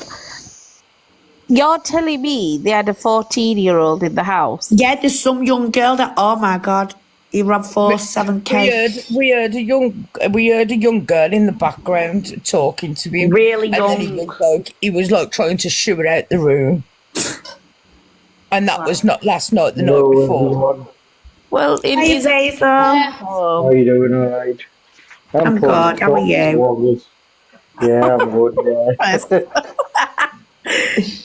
Faisal, will you tell everyone what you know about this Shazad Hussein? Because he thinks you're scared of him, and I told him last night you're not. Yeah, well, Shazad Hussein, we exposed, he came to my live. Me and Pure were on there. And he came asking for help on like how to deal with his money and trust accounts and stuff like that. When I started probing around, we found out what he'd actually been doing, you know, with his family members and how much he'd actually robbed them, being in Bradford. And then he admitted to a lot of it. I read through all of his court cases and all the videos. He actually exposed himself. This guy is a very dangerous person. Like, you know, I'm not as scared of the guy. You know, nowhere near scared of him. But it's just his intention is never for anybody else but himself. You know what? You've got to bear that in mind. I was just saying how I first came across him. I saw him on a live. Oh, you're talking about Rangy. Yeah, you're on Rangy. You've not met this one. You've not met. Yeah, this is someone else. But You've Rangy, not met TB. That's when I questioned Rangy, the way he exploded, because I'm originally from near Middlesbrough as well, so I know that area. I grew up there. I know everywhere around Middlesbrough and the community that he claims to be from, when he said people are attacking him. And I actually lived not far from there. So when I actually probed and went deeper and deeper, he started getting really agitated. And I know that community, you know, they're a pretty tight-knit community, a nice community, no problems. This is what wasn't making sense for me. It wasn't registering. I said, "What? Why would they do that to you? Unless you've done something to aggravate this kind of behavior. What did you do? You know?" And when he was questioned on it further and further, a few other roundabout places, he really exploded. I don't know if Sally was there when I asked him about Greytown and Newcastle. no, I don't think. Yeah, it was with CRB as well. I mean, it was only a basic one done. There should be an enhanced Yeah, I one said done. that. I said they needed to You do an know, advanced because one or get they Claire's were- law on him, but they're not interested. Yeah, the enhanced exposes everything. You got 5 or 6 more sections on it because I get them done for work. You know, when I get different contracts, you have to get them done every year or couple of years. So Well, what's I your know- opinion then, Faisal, on the Mr. XY and what the evidence that presented? Would it make sense to how you've like gone away and tried to see where this guy's from in your community? Like everything I put out there, can you see what I'm putting out? Like Yeah, this is it. I mean, why is he still able to be out there? You know what I mean? After all this. So this, I mean, people like him, they need to be locked up. Well, Full no, stop. that he's only out. He's only out because he's being permitted to do what he's doing. No one does what he's done, and no one does what all these. If a criminal, okay, here's an example. I challenge you to go do what he's doing for one day and see how long you last. It won't happen. They're very Yeah. tactful, aren't they? It's not about tactful. They're protected. Yeah, but They're like protected, the yeah, yeah. messaging Yeah, they're people. protected. He's No, being he's right. permitted They to do are what he's protected. doing. He's They not are going to get protected. locked up unless they're trying to cover up. Yeah, but Who's being permitted? Like, who is he being permitted by? I'm a bit confused. By the CPS and other organisation people above. I'm just going to the toilet, guys, while you lot are talking. Give me a minute. No, this is what they do. Enhanced DBS would have said something on there because there's a section that says any information that's been, if there's any information that's been disclosed or not by like the superintendent, someone in charge of the police station, or the force that he was involved with. So it's at his discretion that information gets released on the DBS, and it's for the benefit of him, his safety. If they think that the community might end up like living him or something for something that he's done. Obviously, for something like this, he wouldn't last 5 minutes in the South Asian community if the community found out what he was doing. He'd be made mincemeat of, to be honest with you. Yep. And this is how they operate. You know. So how Talib, going back to Talib, this other guy, the one with the big beard, he actually put a picture of my 7-month-old child on YouTube, and decided to make a mockery of that, and I had to put all the complaints in to all the necessary organisations. Said, "What's he doing this?" And all he's been scoured through my profile. There must be one picture that I'd missed, and he found that picture from there that I put on a long time ago. Sally knows, Sally's seen it. yeah, well, the thing is, the whole video is about something else. Why would you go on somebody's profile, find a child's picture, I'm not even saying a child, a baby's picture, and plaster it over YouTube without the parents' consent? That's disgusting behaviour. Yeah. you know what it And is? yeah. Everything that I've heard about these guys so far, it seems to be that they are attacking vulnerable. The vulnerable people they are attacking are mostly in the South Asian community. And purely because of what I've just said, is because they can't complain. Yeah, well, when they start asking, when you ask them questions, when you start questioning them, they don't like it. Because I was really questioning, and I was getting straight down to the facts and wanting reasons on why he acted the way he did. What did he do? £470,000 we're talking about. That guy robbed. That's You know like what I mean? nearly From his £500,000. £500,000, and he was living lavish lifestyles, cars, houses, everything. You know, when You know I what I was came on, we were talking about Rangy, and I was just saying, like, with Rangy, I saw him on a Muslim Live. I saw him, that's where I first saw Rangy. And he was really, like, even I fell for it, I'll be really honest with you. Even I was like, he was really being putting on the emotional front, talking about how he has children and how he's trying to fight the government, how he's trying to fight people and all this. And he was asking for the wars, like, keep me in your du'as, inshallah. Yeah. Well, Yeah, that's what he does. I'm from Middlesbrough, and I asked a few older guys from there that grew up with this character that's on the screen, and they said to me, that this guy, right, is not a guy you want to be associated with. Do you know what I mean? He's got a hidden past before him. He's known for beating up women, his girlfriends and stuff like that. Do you know what I mean? He's got anger issues or whatever he's got. Do you know what I mean? And these guys grew up with him. But So, this is what he does. I'm going to take their word for it. They grew up with him. Do you know what I mean? Yeah, but then how do we expose these sort of people? I mean, where do we go? What do we do? Well, if you think about it, like when women speak up, and like when he came on Sheikh's live, I spoke to him direct, and I said to him, like, asked him a few questions. He didn't like the questions, so he started like defaming me, saying, "Oh, she's this, she's not supporting the Asian community." Well, there's Rangy, if you're listening, there's good and bad in every community.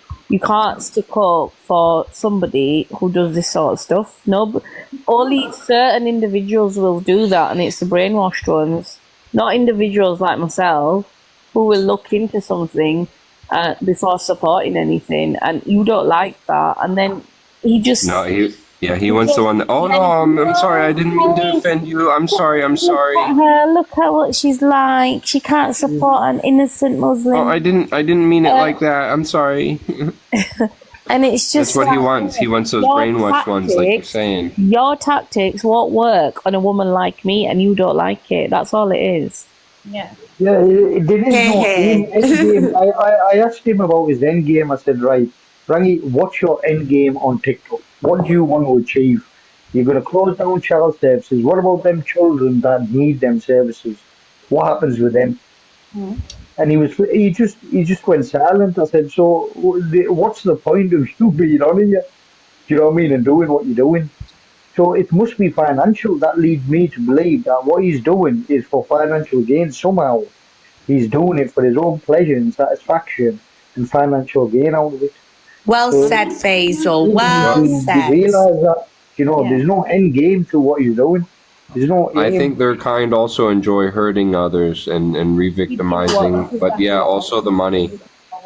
From what I've heard so far on this live, and from the way he's treated individuals, it seems that it's not only just financial gain, but it's a disgusting gain as well. He is using certain tactics to silence women as well. I think that's the gain that he's getting. Did he not go into a police station and say that he were moving children in and out of the country? He did. Yeah, exactly. So he's trafficking. Whose kids is he trafficking? This is it. And guys, anyone who wants to see that video, if you go down my wall, it's on there. He went into Greater Manchester Police, the headquarters. Yeah, now this is a guy who's got a hidden past, meant to be a bad man, but he's running to the police and a little 5'2" Queenie here going, she said, pew, pew, pew, she's going to shoot me, officer, because that's all he ever flipping does, right? And he goes into the station, and what he didn't realise was he was going to get arrested. It was going to backfire. He sat down in an interview with the officer. He filmed it. And she said, right, Rangy, I'm getting really sick and tired now, or something like that, because you're not telling us where you put these children. You've just said you've shipped children to safety. Where are they? He went, oh, well, I can't tell you that because I've had to, ship a whole load of them out. Like, what? Who goes into the police station and incriminates himself like that? This is what I don't get with him and Shazad. They're both a little bit. They're not very good criminals, are they? They're not ashamed of what they're doing. They almost like rubbing it in your face. And this is what I don't get with Rangy. Why is he still out on the streets? I'm arguing with the police every other week. Why has he been on all these bails in different towns and boroughs, and yet he's still allowed to do what he wants? And do you know what it all comes down to? Operation Sanctuary and the devil's deal that he did with the police, because now he's protected for the rest of his days with a court order during Operation Sanctuary. He's not allowed to speak about it. That's why using the local authority is like the way he comes out and says social workers, they were responsible for this and that. Of course he knows that. Because what did the NSPCC say during these grooming gang trials as well? There's 2 men right now that are sat in jail. Mr. Zayman, I can't remember the other one's name. However, Mr. Zayman's daughter is now looking for Mr. XY because she believes that her dad was set up.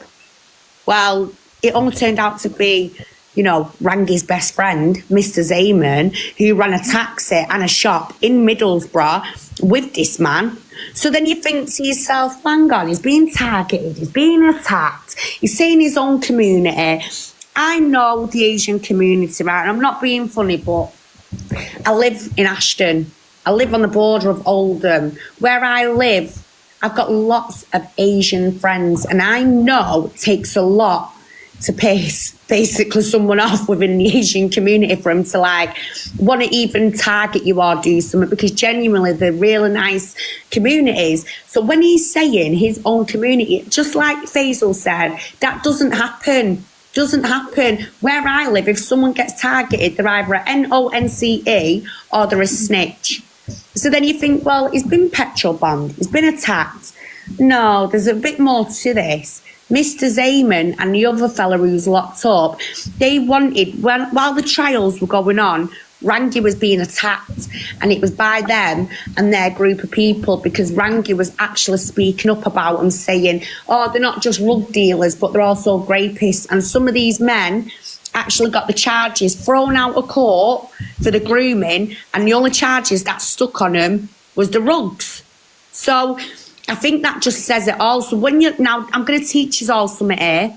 Let's take it back to Tommy Robinson, right? We've got this protester who loves to have all these people in Ireland Tommy. No, like literally, I don't think this is the bit now that I'm going to say. I'm not into all that shit. That's one thing I don't get involved in. Right, I hate it. All right, Lubna, sweetheart, thank you for coming up. It's to make them think that somebody's doing something. To me, right, I need to make this point. All these protester groups, they're not nice people, right? They're not. There is a lot of dividing going on, and it's sad. However, this man here on the screen is working with Tommy Robinson groups, but then he's also working with Asian communities. Now, I want you to say to yourself, 1 minute he's in Robbie the Rat Catcher's group, then he's in a group about toxic water, then he's in another group, you know, to do with like fruit and veg, then he's in another group about social services. What I want you to say to yourself now is, why is he going in all these groups? Why is it 1 minute he's turning against the Asian community and teaming up with Tommy Robinson's groups? All right, Sally. And then he's doing a complete opposite. I want you to say, why? Why do you think? Because that's how snitches work. And right now, do you know when he goes on about MI5 and all of this? Well, I'm telling you now, he knows a lot more because he's still in operation for somebody. He's doing something for someone. And this is what I'm saying. If you're a campaigner, you stick to that one subject. This man has played a very snaky game over the last, 14 months. 1 minute he's telling, you know, people Palestine is a beautiful place. He loves it. Then he's there early hours in the morning with an Irish lady going, let's send them all back.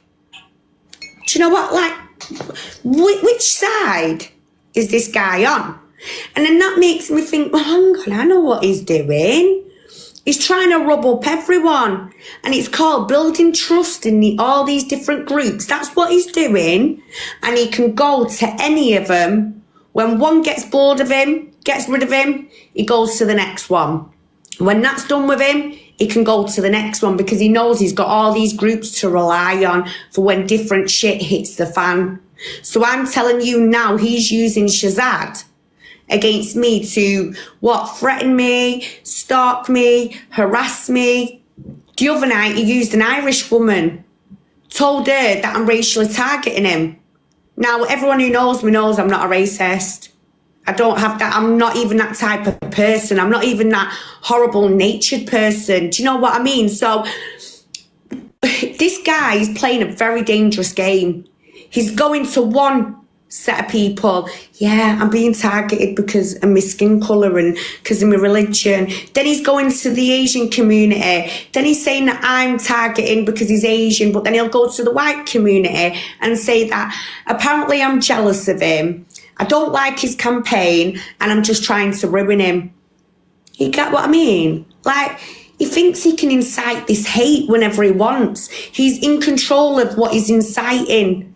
And this is what I'm trying to teach is like, this is what protesters and team leaders and groups want to do. And you know, the worst thing, guys, I'm going to tell you what you need to look out for with police informants. Because if he was a normal police informant, I'd say, do you know what? He's a superhero. Because he's had all these grooming gangs put away, but he's not. He was a paid rapist who got paid 10 grand off Cleveland police to spy on grooming gangs.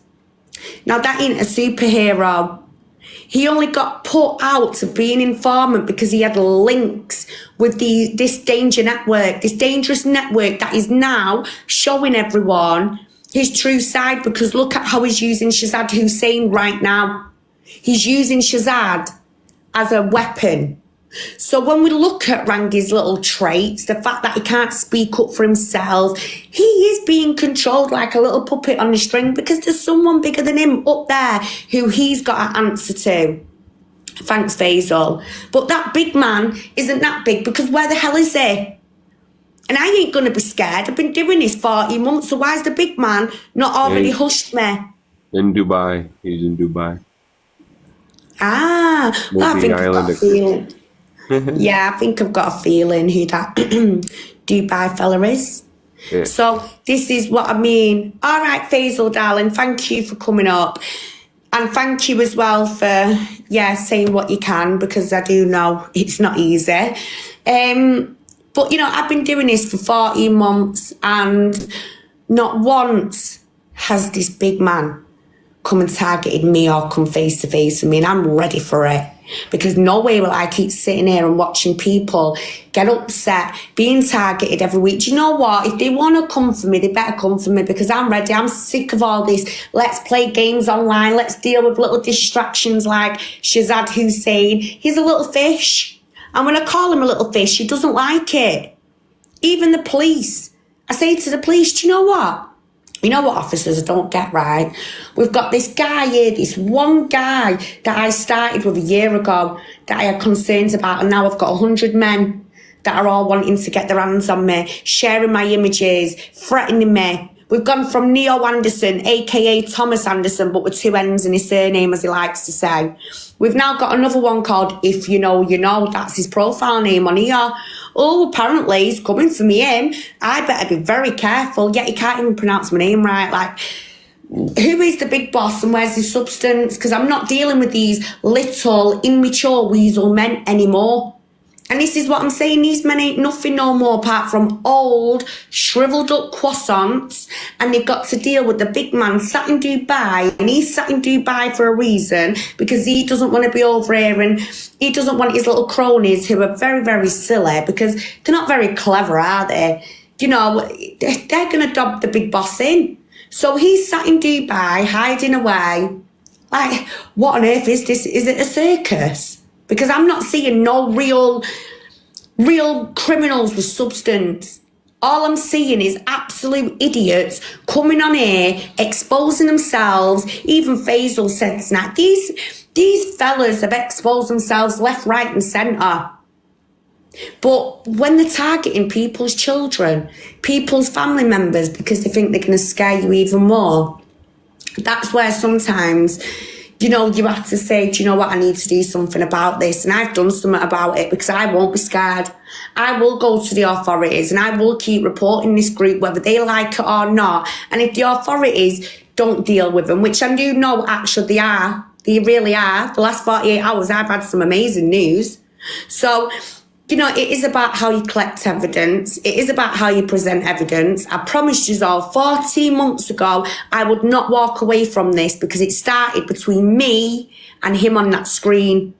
Now I am dealing with multiple men that are sharing my images around. Everything, and threatening me, and they know my address.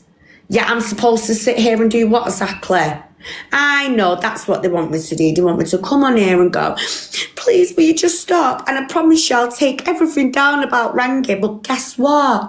You can all go and swivel. Yeah, that's what they want me to do. Thank you, Bang Bang. That's what they want me to do. And I'm not going to do that. I am not going to sit here and roll over because right now, all these silly little minions that are just distracting whatever, you're not really distracting anything because what you've done, you've helped me expose LCS News More and the associates of Rangy. So like today, we've had 2 new people now come in, that lady Lubna and someone in the comments. Thank you for making me aware of this man. That there is a job done. Job done. Do you know what I mean? Like, how easy is that? If only we could keep spreading this over and over and keep putting it out there. And that is why I've continued this journey. They ain't going to come anywhere near me. And the moment they do, I promise you now, ladies and gents, I ain't effing about. I promise you now, the last man, that even tried it, trust me. Yeah, we won't go there, but put it this way, Snoop's going to have a nice little snack when I'm finished, because I won't sit here and I won't be threatened by no little weasel. And just like I told Shazad Hussein last night, the guy thinks I'm on my own. He literally thinks, I'm this vulnerable little woman in my home, hiding behind curtains and being scared. Well, I ain't. Windows are wide open, doors are wide open, the dogs are on the little roundabouts, even the ducks have got substance to them. Do you know what I mean? So try it. So this is what these guys, they just want to intimidate women online, because you know where they're going to go wrong? The moment anything happens to me, not only are the police going to know where to go, but everyone on here knows where to go. Do you know why? Because I publicly documented this stalking and harassment and this awareness from 14 months ago up until now.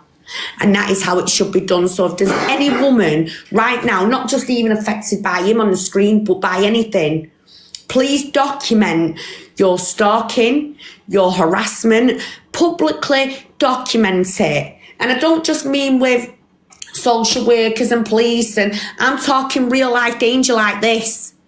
Because this is serious now, and I'm not sitting here anymore playing little games online. I've told it how it is. These guys don't like it. They think I'm supposed to sit here and feel frightened. Well, I'm ready. I'm ready now. Shazad Hussein said last night we've got war. Why have we got war? When I asked him, what outcome does he want with me? What do you want from me, Shazad? Do you know what? He just said, I'll take your phone and unblock myself on TikTok. Why do you want my life so much? Apparently he's intrigued by me. This guy's been watching me for months. Do you know what I mean? Like, this guy is prepared to meet people in Ashton Underline and collect information about me and do what exactly? Do you know what I mean? TB's sister lives in Oldham. She doesn't associate with him, apparently. Oh, well, there we go. And do you know what? That's the one who we said was apparently a psycho. So she's probably hurt him. That's why he doesn't like it when women tell him back. Cheeky so-and-so he is. But yeah, last night I tried to have a good chat with Shazad. Let's get Shazad back on the screen. By the way, guys, that's supposed to be Rangy on your left. And that's supposed to be Matt Loop Hussein on your right. What's your opinions? Can you just put in the comments? Do you think that's the same person? Yay or nay? Just tell me your opinion, guys, please. And while you do that, I'm just doing something quickly. Just stay there.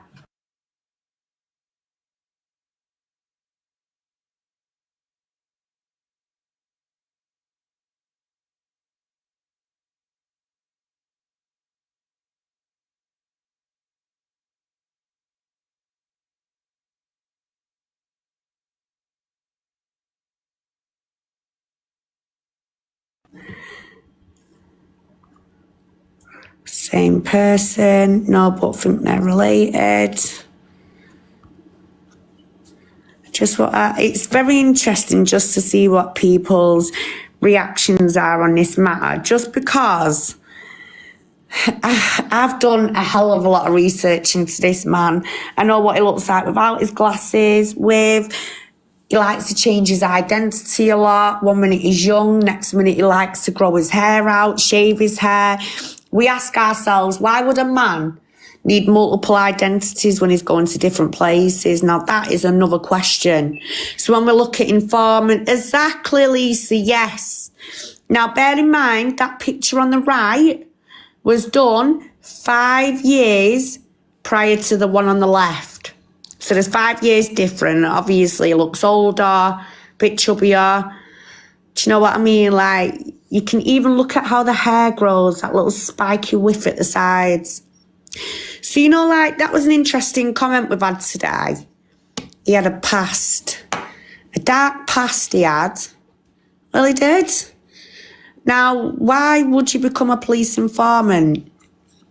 Well, that dark past you can't let it go. Yes, my lovely, definitely. Guys, your comments, absolutely spot on. All right, whistleblower, spot on. So this picture now has been circulating, the one in the newspaper article, on everyone's platform lately. And since it has, a lot of people have been questioning this. Now, Shazad Hussein, Matloob Hussein. Do you know what I mean? So that's Matloob Hussein on your right. And that's supposed to be Rangy on your left. But then we have Rangy's little minion. Now, bear in mind, I do know Hussein is a popular name, but no, look at them two together. They're like the flipping Chuckle Brothers, aren't they? Chuckle Brothers. To me, to you to me. Do you know what I mean? You can just, like, literally, come on, guys. Hussein's, Matloob, Shazad. Now, I questioned Shazad last night and said, Sally, you're funny. I said, you've got 7 siblings. Thank you, Leah, darling. Sending you loads of love. I hope you're good. He's got 7 siblings, right? So let's exclude Talib. Bless him, right? Talib's in his little care home, chilled out. One of his brothers passed away, unfortunately, because it is sad when you do lose a family member. And I'm not even going to sit here and do all that tit for tat like he's trying to do with my mother, because I don't have the nature like that as a person. That's not me.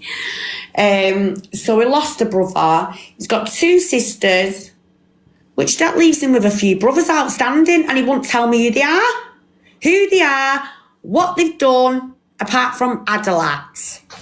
Now, Adalat Hussein, which this is an interesting one. Babe, could you make me a coffee, please, nice and strong? Because I really need it. I've got to keep these lot entertained, Anna.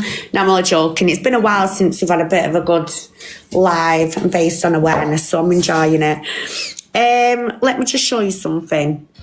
Now, when you go down Shazad Hussein's profile, he's got 2. He's got one dedicated to me, which is Hussein Trustee, and he's got brother Talib. Now, what I found very interesting, I've questioned him on this. Let me just get it up, guys. 1 second. So, I am a Muslim of Pakistani heritage. See what I mean? He sounds like Rangy. He's even using the same script words as what Rangy would use. One of my degenerate brothers, Mr. Adalat Hussein of number 8 Granton Street, Bradford, was a child groomer in the 90s. Yet he has always been protected by Bradford Council and West Yorkshire Police. So, basically, now this is leaving me in a little bit of a pickle here, because let's take it back to the grooming gangs, Matloob Hussein. We've now got, you know, Mr. Shazad here who's stalking me. He's admitting that one of his brothers, Mr. Adalat, was actually one of the child groomers back in the 90s from that scandal. Because if you look further into his YouTube account, you'll see that's what he's actually telling this little story on. But this says it all. This says it all. Mr. Adalat Hussein was a groomer in the 90s, yet when you question where's the rest of your brothers, Shazad, so that leaves him, he's got a few brothers outstanding and he won't tell me who they are or what they are. Now, last night, I'm not going to give the identity of who sent me this link, but I have been sent something, and I'm just wondering if anyone can clear this up for me, because when I questioned him directly on the phone, well, this was his reaction. Are you ready? Oh, Dave, you need a medal to put up with her. That he tried to go all funny, do that cheeky little chappy thing he does. Yeah, you know, like Rangy will often be a bit serious and he'll just go off the subject. Talib, Shazad Hussein, he likes to try and make jokes and a bit of banter, which means he's now dismissing the question. So I asked him last night, who's this Shazad? Someone's just sent me this, and should have seen his reaction. 1 minute. he was getting very agitated with me. Him. Does anyone recognise this man on the screen to Shazad? So this guy here from West Yorkshire, just where Shazad's from, apparently he ran a 9-year-old girl over in a hit and run.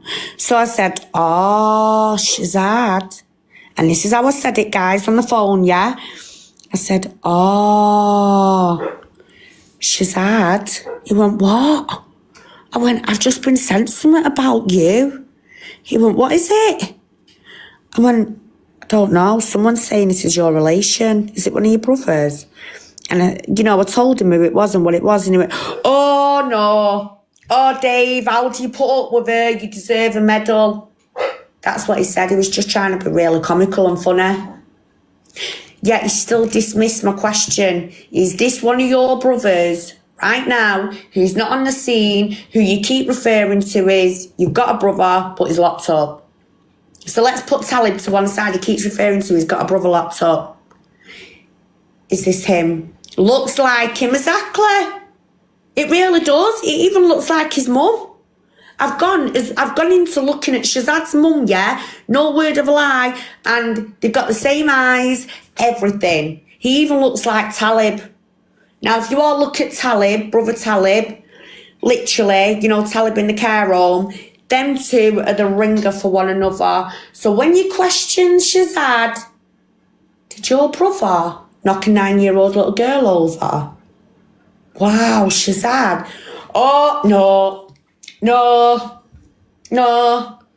Then he gets angry with me, but then he'll go back to laughing with me. Now, I think Shazad Hussein has genuinely got some personality disorder. I really do, guys. There is genuinely something there, because 1 minute he will actually try and be on a level with you when you're talking. He tries to act all posh, and if you swear, oh, please excuse the profanities, but then he'll call me a bastard. Like, how does that work out? So then I just go, you're a bit narcissistic, aren't you? It's all right for you to do something, but when I do it, you don't like it. Well, I'm sorry, but you're either in my life or you're on the phone to me, and that means I'm in control. So if you don't like it, you know what you can do. And clearly, Shazad loves my voice, especially when I call him a bad boy. Because I know he's watching right now, but he's not that much of a big bad boy. Hiya, Shazad. Yeah, so I'm going to do some digging into this. But if anyone can please go away and find out if this is Shazad Hussein's brother, please, I'd appreciate the yes or the no. Just because... Oh, hang on.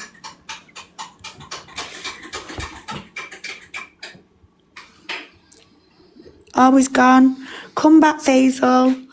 Yeah, so if anyone... Yes. Sally. If anyone does recognise this to be Shazad's brother, then do let me know, because I think now Shazad's just being exposed even more on it, because look at him. These are men, yeah, that think they can bully women and kids already online. Sally, you're funny. Bully women and kids online, and yet they're sat there with a whole closet full of, well, family criminals, because that's the only way to... It's all right. 1 minute, Nat. Let me just get you in. There you are. So, I need to know any information. If anyone has got the DNA results of is this Shazad's brother or not, please do let me know. But I was once told that Rangy actually had a brother who didn't belong to his mum. So I'm wondering, did he have the same dad or something, or like what's going on here? Because Matloob Hussein, is he from Rochdale? Well, this is it. He's got links to Oldham and Rochdale, but he's actually from West Yorkshire. He ran into a 9-year-old girl, God bless her soul, Alice Williams. Guys, when you look at that little girl's picture, your heart will break. He pled guilty, and he's now been given an 8-year sentence. So once again, going back to Shazad's little family tree, he's got several siblings, right? 3 of them are with basically somebody at like another, they've got another mum, but they've got the same dad. But his mum had all these other kids. He's got brothers outstanding, and when you question, where are your brothers and who are these other brothers? 2 of his brothers are in TB's profile, but not this one. Buzzing, well, I'll have a good look at that. I'll have to reach out to him and find out what their game is, do you know what I mean? But I won't stop. This guy wants to think. No, you're not having the skewers. This guy thinks, yeah, he can try and mock other people. Actually, guys, 1 minute. I've got a picture of Talib. No. 1 second. I've actually got a picture of Talib. So that's that guy who's just been locked up. Check this out. Hi, babe. Hope you're okay. My mate was doing ice creams the other night, and there's a guy that looks just like the one you put up. I won't say where, but apparently he's working at Takeaway. Really? Yeah, there's one that looks just like him. Well, any new information, Leah, you get, darling, you know where I am. Send me a little message, won't ya? Because I recognised the face then. I went, oh my God, so husband, that was a guy from the other night on my mate's Takeaway live. And he was like, what? I was like, yeah, swear to God, it looks like him. And Leah, have you had any trouble with Rangy since you've come away from that side? Nope, nothing. And I've been told there's Facebook pages against the CPS on Facebook going up, but we don't know who's running them.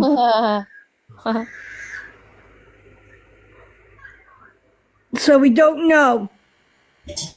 Sorry, guys, my phone were ringing. Oh, Nat's you're funny. Right, well, that's good. I'm so glad.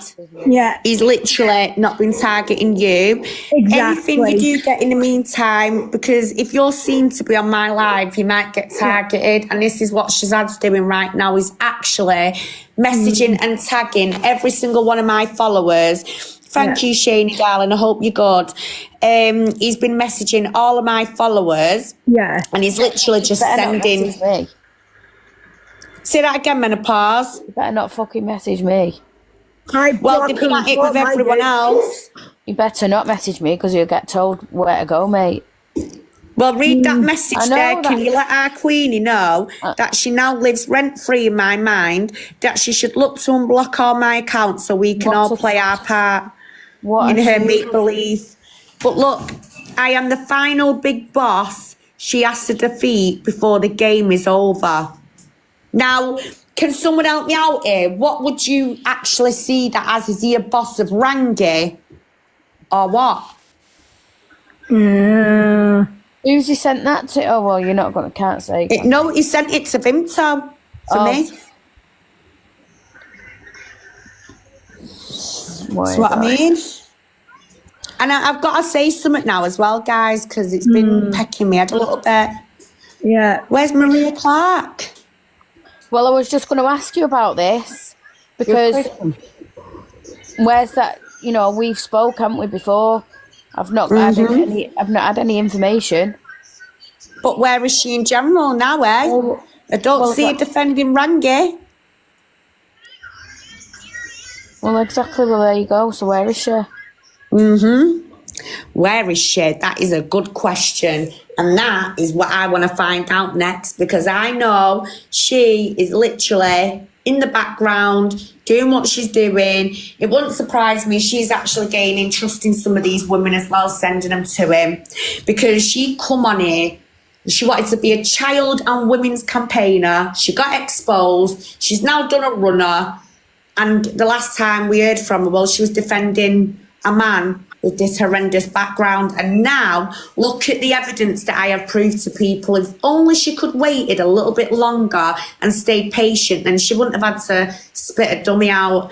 Shell, don't forget. Shell, sorry, don't forget to mention that we spoke to her daughter. Yeah. Who totally outed her. So where has she got to go? But Maria Clark's been sacked. Now, hang on. This Aries 61 ain't seen her on Facebook. ain't seen her on Facebook, so she's not even been on a Facebook either. There we go. That says a lot. And look at this. Just look at this, guys. 1 minute if it'll work. But why is he sending that kind of stuff? What's he sending that kind of shit for? 1 second. Let me just show you this now. Why is my phone not working? See, because I've been out my gate at the game and I have not. We haven't spoke really, have we, since I've been back, and you know I've been a bit out the game. Really, I don't really know. You've not had no updates, have you? No, you're gonna have to ring me. I will do. My green screen ain't working, guys. It's pecking me head now. Just give it a minute. Stop it, Laura. I'll just let my phone cool off a bit and then I'll do it. I think that's what it is. It's overeating. It's probably Rangy with 007. Do you know what I mean? Probably watching me. Crazy Nan. Where have I seen your name before? I'm sure. Have you been in Rangy's live? I'm sure you have. Because do you know what? This is what I mean, right? I do that much observing. I start to recognise profiles and things like that. And sometimes I'll actually reach out to you and tell you not to trust that man you're talking to right now online. Some of you have given me a bit of abuse. Don't worry. You don't need to apologise. I'll just take it on the chin. But I just want everyone to know everything I've done on this little journey. Well, it's not even a little journey. It's a big one. It's all been to tell you women what to look out for and how to keep yourself safe. Because I've had the worst of it on here. I'm now receiving threats. I've got people saying the parts outside my house. This is all for one man. Do you know what I mean? Who is he, hun? I live in Spain.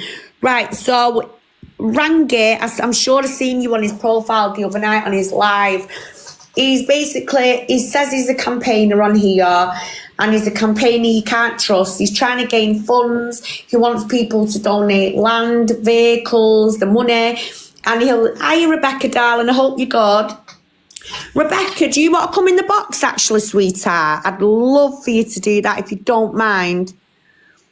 Crazy Nan, if you stay around, sweetheart, you'll hear something with your own ears, which will be very good awareness, if I'm honest. Rebecca, let me know, darling.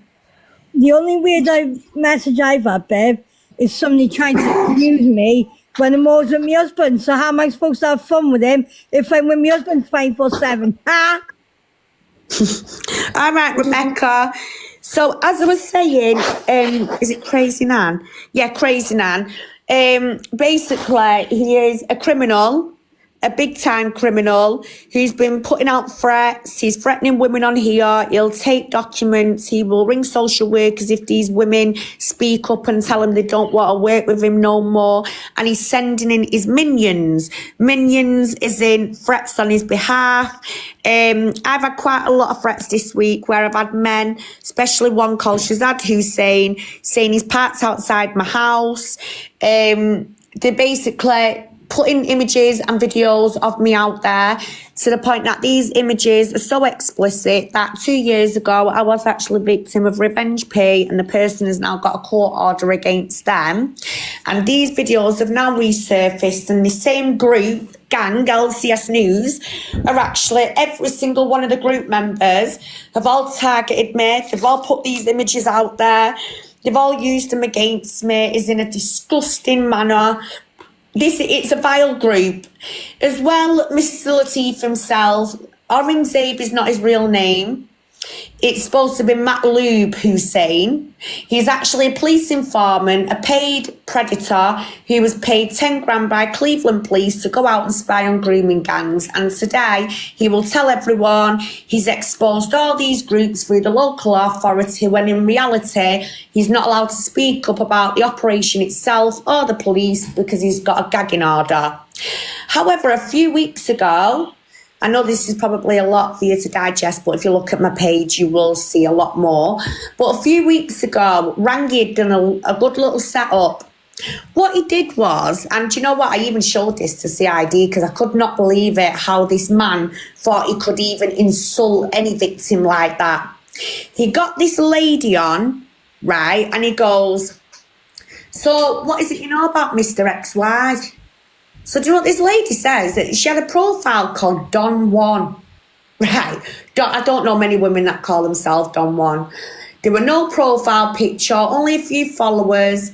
Well, she's in the box and she goes, why I, Rangy, yeah?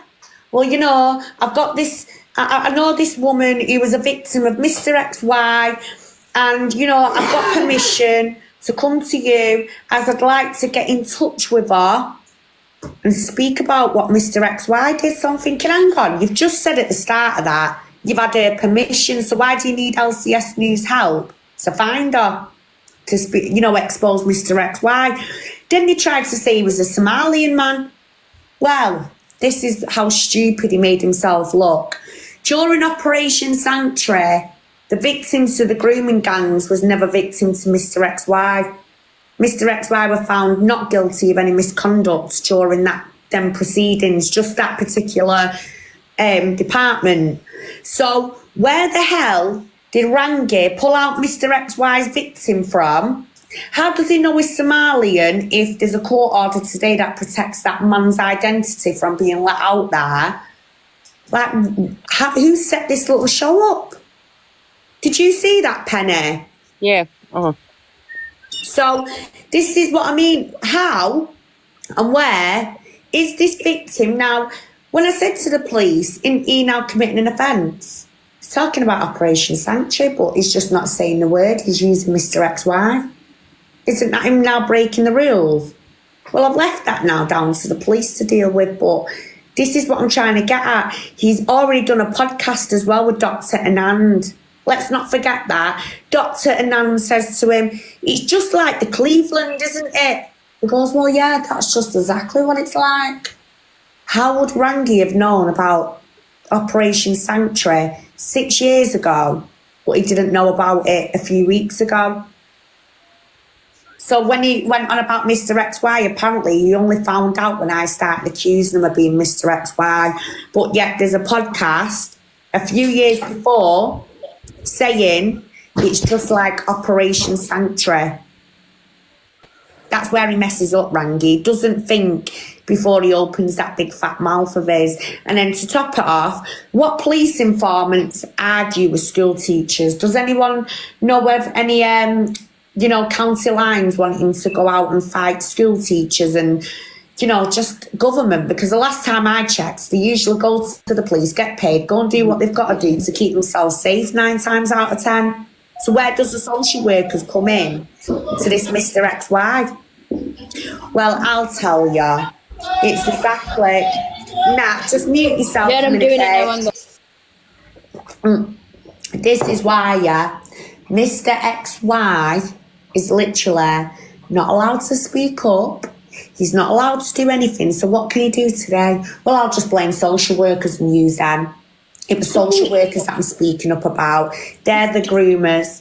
Is he not on the register and not allowed to be near any child under 16 years of age? Yes, he's not allowed near any child. And do you know how else we know this? Because all the women that have asked Rangy for help, every time these women have offered him a lift in their car and their children are in the car, he has to refuse a lift off them. Did you all know that? So he's not allowed to get in a car with a woman or little children. So if anyone has had an experience with Mr. Latif where you've offered him a lift and he needs to get to a court hearing or whatever with you, you've offered him a lift, but he's like, no, you're all right, I can't, it's okay, it's fine. That's what he says. If anyone has experienced that, then please do let us know, because this is what he does. He'll tell the women he can't get in their car, he's got to make a call before he gets in, gets another lift or whatever. He is not allowed to share a house or a vehicle with children under the age of 16. So this is another argument I've got now with the police. Why is this man allowed to use the cars he's got? Well, why hasn't this man got an enhanced DBS check on his actual website? Michelle, a friend of mine this morning said to me, the question that we need to put to him, who is his LCS alleged company? Who's his safeguarding officer? Well, it's bankrupt right now, apparently. It's dissolved, that company, LCS News. So, really, it's not... committing fraud. Then he's committing fraud. He's operating from a dissolved company. That is fraud. If you look on Company House, it says dissolved. Then he's committing fraud. And a little birdie has given me some information. So this little birdie told me they went into LCS News and Rangy's been begging it for other people, like people who've got good computer skills and stuff like that. Can they jump on board and help him earn revenue? So remember what I say about awareness, it costs nothing. LCS News was meant to be run by the public and a charitable organisation. So, you know, when we look at all this about private corporations, Rangy's telling you to dump your solicitor, which is free, which you've already got on the outside. The moment you enter Mr. Latif's little world, you're now signing up to one of his legal firms, which now I believe is making revenue with an LCS News. Now that's become a private corporation. Am I right or am I wrong? So what makes him different to social workers and these other private corporations? Well, I'll tell you why. Because he's making you believe he's the Lord, he's the Saviour, he's the God. He's going to help you women when you're at your lowest. And some women feel like they need a bit of a man sometimes behind them to protect them. I'm not one of them women, but I do know there is women that they always feel at relief if they've got a man behind them. And if this man can sell it to you, how corrupt this world is, well, of course he's going to sell it to you, how much you can trust him, how much you can look up to him. He's a good man. But in reality, what have you actually seen this man do over the last 5 years he was protesting? Now, let's go back to 2010. He says in his own words he broke silence, yeah? Well, the Rochdale grooming scandal became really big in 2010. And I know that because it was actually Ashton Police Station who teamed up with Rochdale and Oldham and the councils to obviously put the foot down. And that's where Maggie Oliver come from. Nexus House Serious Crimes Unit is literally up the road from me. So when I'm reporting these idiots, I don't go and speak to the little fishes in the police stations. I want Nexus House to get off the backside and they come and meet me at the actual police station in Ashton. And that's what I do. So I'm thinking, do you know what? 2010 he broke silence. Let's listen to the other podcasts. So he says in his own words, in 2011, then in 2012, there was an officer, a CID called Carolyn Mead. Well, Carolyn Mead was actually in charge of all the Rochdale grooming gangs. Of course, I went away and looked her up. I had to. If you're dropping a name within these police sergeants and stuff, then obviously I'm going to look into it. Because I need you to ask yourself this. How many family cases do you have police inspectors?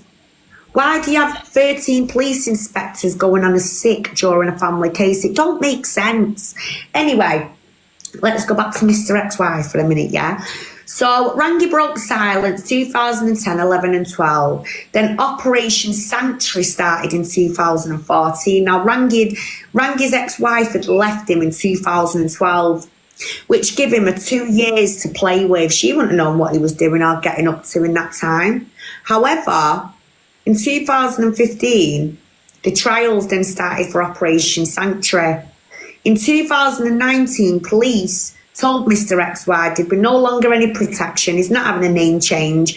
He's going to remain who he is. And basically, Mr. XY kicked off with the police and his police handler, accusing him of being racist, corrupt, that school teachers and police officers were colluding with one another, making up allegations. And basically, it's just the same as what Rangy would say to you today on here. So I'm thinking, wow, this is the same character. Now, the most interesting part in all of this, Mr. XY has been attacked to the point he can never ever live in Hartlepool. He can never settle where he was originally supposed to be from. So here's another thing I want you to ask yourself. He's a 50-odd-year-old man. He'll tell you all, 007, MI5 are targeting him. People are targeting him. Apparently, he's even had female social workers breaking into his house. I mean, I don't know who's breaking into him, but I'm telling you now, Jesus Christ, it don't add up. So then you're thinking, what is this guy's little game? Then he'll sit there and he'll go, the wife beat me up for 17 years. And, you know, it all started when, you know, the brutal side of it started when we first split up. And she was cheating on me. And then you hear it in his voice. That's what pisses him off. She is now remarried. His youngest son is calling that man dad because he's been a decent, and I hope he's listening right now. I hope I'm ruffling up some feathers. This, you know, that poor boy is now calling someone else dad because Rangy couldn't even be nice to his own child. Did you all know that he threatened his ex-wife and child with black magic? That's why she's in hiding still today, even though she's remarried and she has got a lot of protection behind her. But Rangy won't give up. Comes on here and he's getting all these strange men to read out about his wife, even after all these years of them splitting up.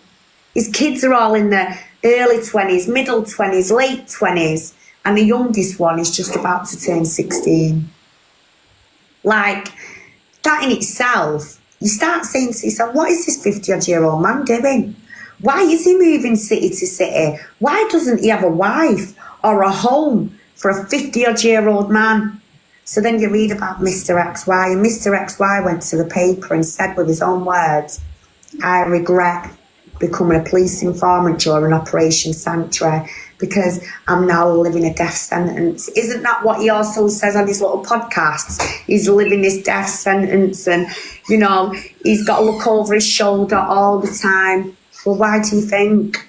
So then when I go away and I analyse all these behaviours of Mr. XY, Rangy, I went and presented it to the police, and I'm going to tell you all now what I did, because I'm not bothered. And I even said to you all, if I was wrong about Rangy, I would hand myself in at the police station and say, look, I've been destroying this man's life online, and, you know, it's not nice.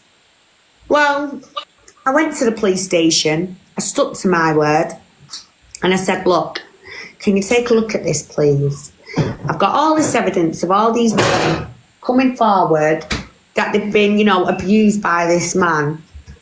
Yet no one really knows much about him. Some of them can't get any information on him. Well, the police officer come back to me and one day went, that's interesting. His file can only be opened by the Cleveland inspector. An inspector at Cleveland Police Station can only access Mr. Latif's file. No one else. Now that was like, oh, bingo. I've got Mr. XY right under my wing now because who has a protected file at the police station?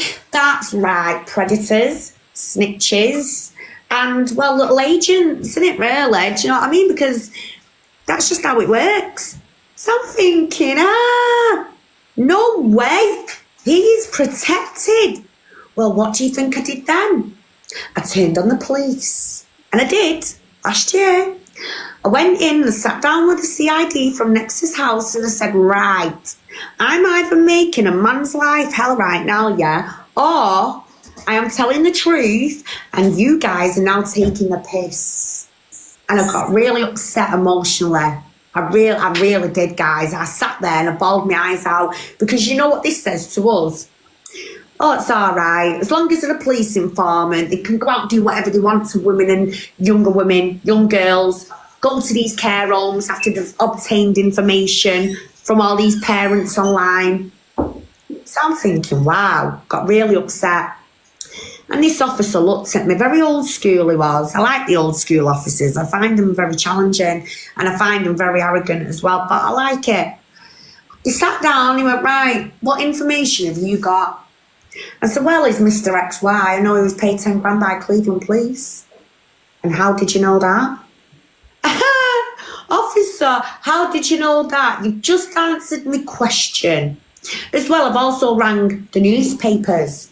And when I've said to these, you know, the people that wrote these stories on Operation Sanctuary, I know who the identity of Mr. XY is. Can you please put him out there? Because right now I've got multiple women online that are in danger. I know nothing about him. and you'll hear it in my voice now, I do get angry when I say this. And the newspapers was, sorry, but we can't put him out. What do you mean you can't put him out? What? So this man, right, can sit online and have all these women coming forward, crying, being abused. Are you stupid? But there's the High Courts of London court order involved. If we put him out and his identity, then us newspapers get sued. Wow. So then they argued about the year before.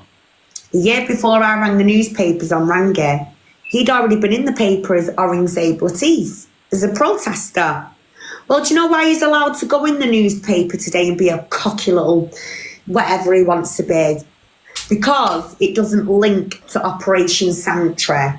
Anything from Operation Sanctuary is now not obtainable, and no one will ever know what Rangy actually did. And I do know, because I've studied this for 14 months. I've still not had no arrests, nothing. And 48 hours ago, I was having this discussion with a police officer. And even some of the officers around here are like, even they don't get that. How was this predator paid 10 grand by a police force that is supposed to protect women? And so someone like me comes along here and I'm making this big fuss. Well, guess what I'm doing, ladies and gents, in the morning? And I hope Mr. Latif and Shazada both listening. Well, Andy Burnham, Mrs. Kate Green, and, oh yeah, the Mayor of Tameside, I'm going to be having a good little meeting. And you know, for all them officers that have allowed this piece of crap to abuse you, any of yous on here, I promise you now, this is where tomorrow I will make sure I am going to get a stop to it. Because when I set out to do something, I don't stop. And I don't come on here and brag about anything. I stay humble. Whereas these two, Shazad and Rangy, they're so loud, making up videos and images and putting out other men to come and threaten me. That is being loud, and look at what they've done to themselves now, because I've been able to prove to you guys just what they've actually done to me. Which now tells you, well, if they've done that to Queenie, imagine what they're capable of doing to you members of the public. Does anyone agree with that? Yeah, absolutely. You know, the guy's dangerous. Definitely. And there's a lot of women on here with vulnerabilities, and some of you do reach out to these people and these men because they do sell it to you very good. But please, it doesn't matter whether they sell it in a manner where they're crying their eyes out, they're pulling at your heartstrings. Please try and detach yourself from feeling sorry for any of these horrible, disgusting men online. And that doesn't matter what colour, religion they are, just as Rangy would say, because at the end of the day, no man should be using any powers on here. And Rangy uses the fact that he does have a lot of other protesting groups behind him. And this is what I'm saying, he's using other protesters as weapons. So when one drops him and he can't use them anymore, he will then pick up another group and he'll go to them and use them for a while. And I don't know if you've noticed on Rangy's lives, but he's never consistent. So 1 minute he's got a group of people called, I don't know, Rachel, Emma, Bob, Sue, Rita. Well, Rita, Sue and Bob. Do you know what I mean? And then you'll have another group a few weeks later where you've got Richard, Thomas. You know, it'll just go on. And this is all you'll ever see is different people coming in and out. And I'm sure some of you have gone, why has he got different team members? Escape the Matrix, Neo Anderson. Well, this time he's actually found himself a solid little group of dirty old men, and that's all they are. I better go bed, me mum's here. All right, darling, take care, Leah. I will. Love you, babe. Bye, darling.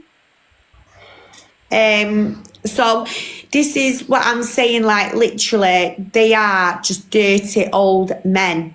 They've all come together. And Thomas Anderson, I mean, I reported him to the police because he wrote to my address. You know, posting me up on his socials wasn't enough for him. He wanted to write to me to let me know. Basically, I've got to be aware now because he's got my address. Well, this is the thing. I'll tell you what I found out about him. He needs taking down. People need to wise up to him. Exactly, definitely. And this is all I've tried to do from the get-go, guys. I've never come on here to try and tarnish anyone. I'd never do that. That's not in my nature. If you're all doing a good cause, of course I'm going to back yous. If you're supporting women and children, genuinely, of course I'm going to back yous. But one thing I can't cope with is these people that are supposed to be doing the safeguarding, the supporting, and they're completely doing the opposite. And behind closed doors, Rangy's tried to get me so scared that I'm supposed to sit here and not speak up. He wants me to go silent. Well, I'm not. And I'm so glad I've continued this, because I swear to God, if any of you get targeted by this group now, you can report this to the police. If you're already feeling uncomfortable, just go and report it to the police. And once again, under the Protection from Harassment Act, if somebody puts you or threatens your life, you are entirely, legally right to do exactly the same for them. They come for you and the police don't act. You have every right to defend yourself in any way you see fit, apart from which you can equally put them in fear of their life. Yep. And going back to the charity things as well, remember, through the whole of this journey that I've done, I've never asked for a piece of land. I've never asked for any of your money to get some petrol. Yeah, go for me, cup of coffee, £5 a month. Never. And I've never even asked for a GoFundMe for a caravan either. Let's not forget about Maria now. I've never in my life asked for anything through this, apart from just everyone to get your ears in gears and listen. That is all I want. I've actually just asked now to go into the local areas next week and the week after. I'm going into the carers centre and the women's centre to actually speak with a load of vulnerable women who are having a bad day at the women's centre. They've done all the courses, what social services have sent them on. Some of them can have a good day or a bad day.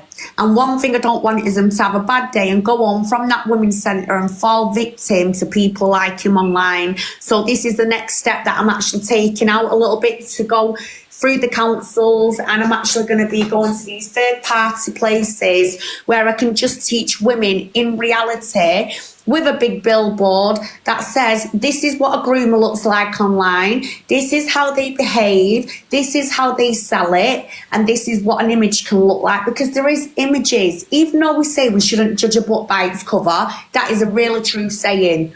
But you always know when someone is something. And with Mr. Latif, well, he's had multiple identities. We look at Mr. XY, MI5, police informants. Last night the guy couldn't even answer what a PLO was.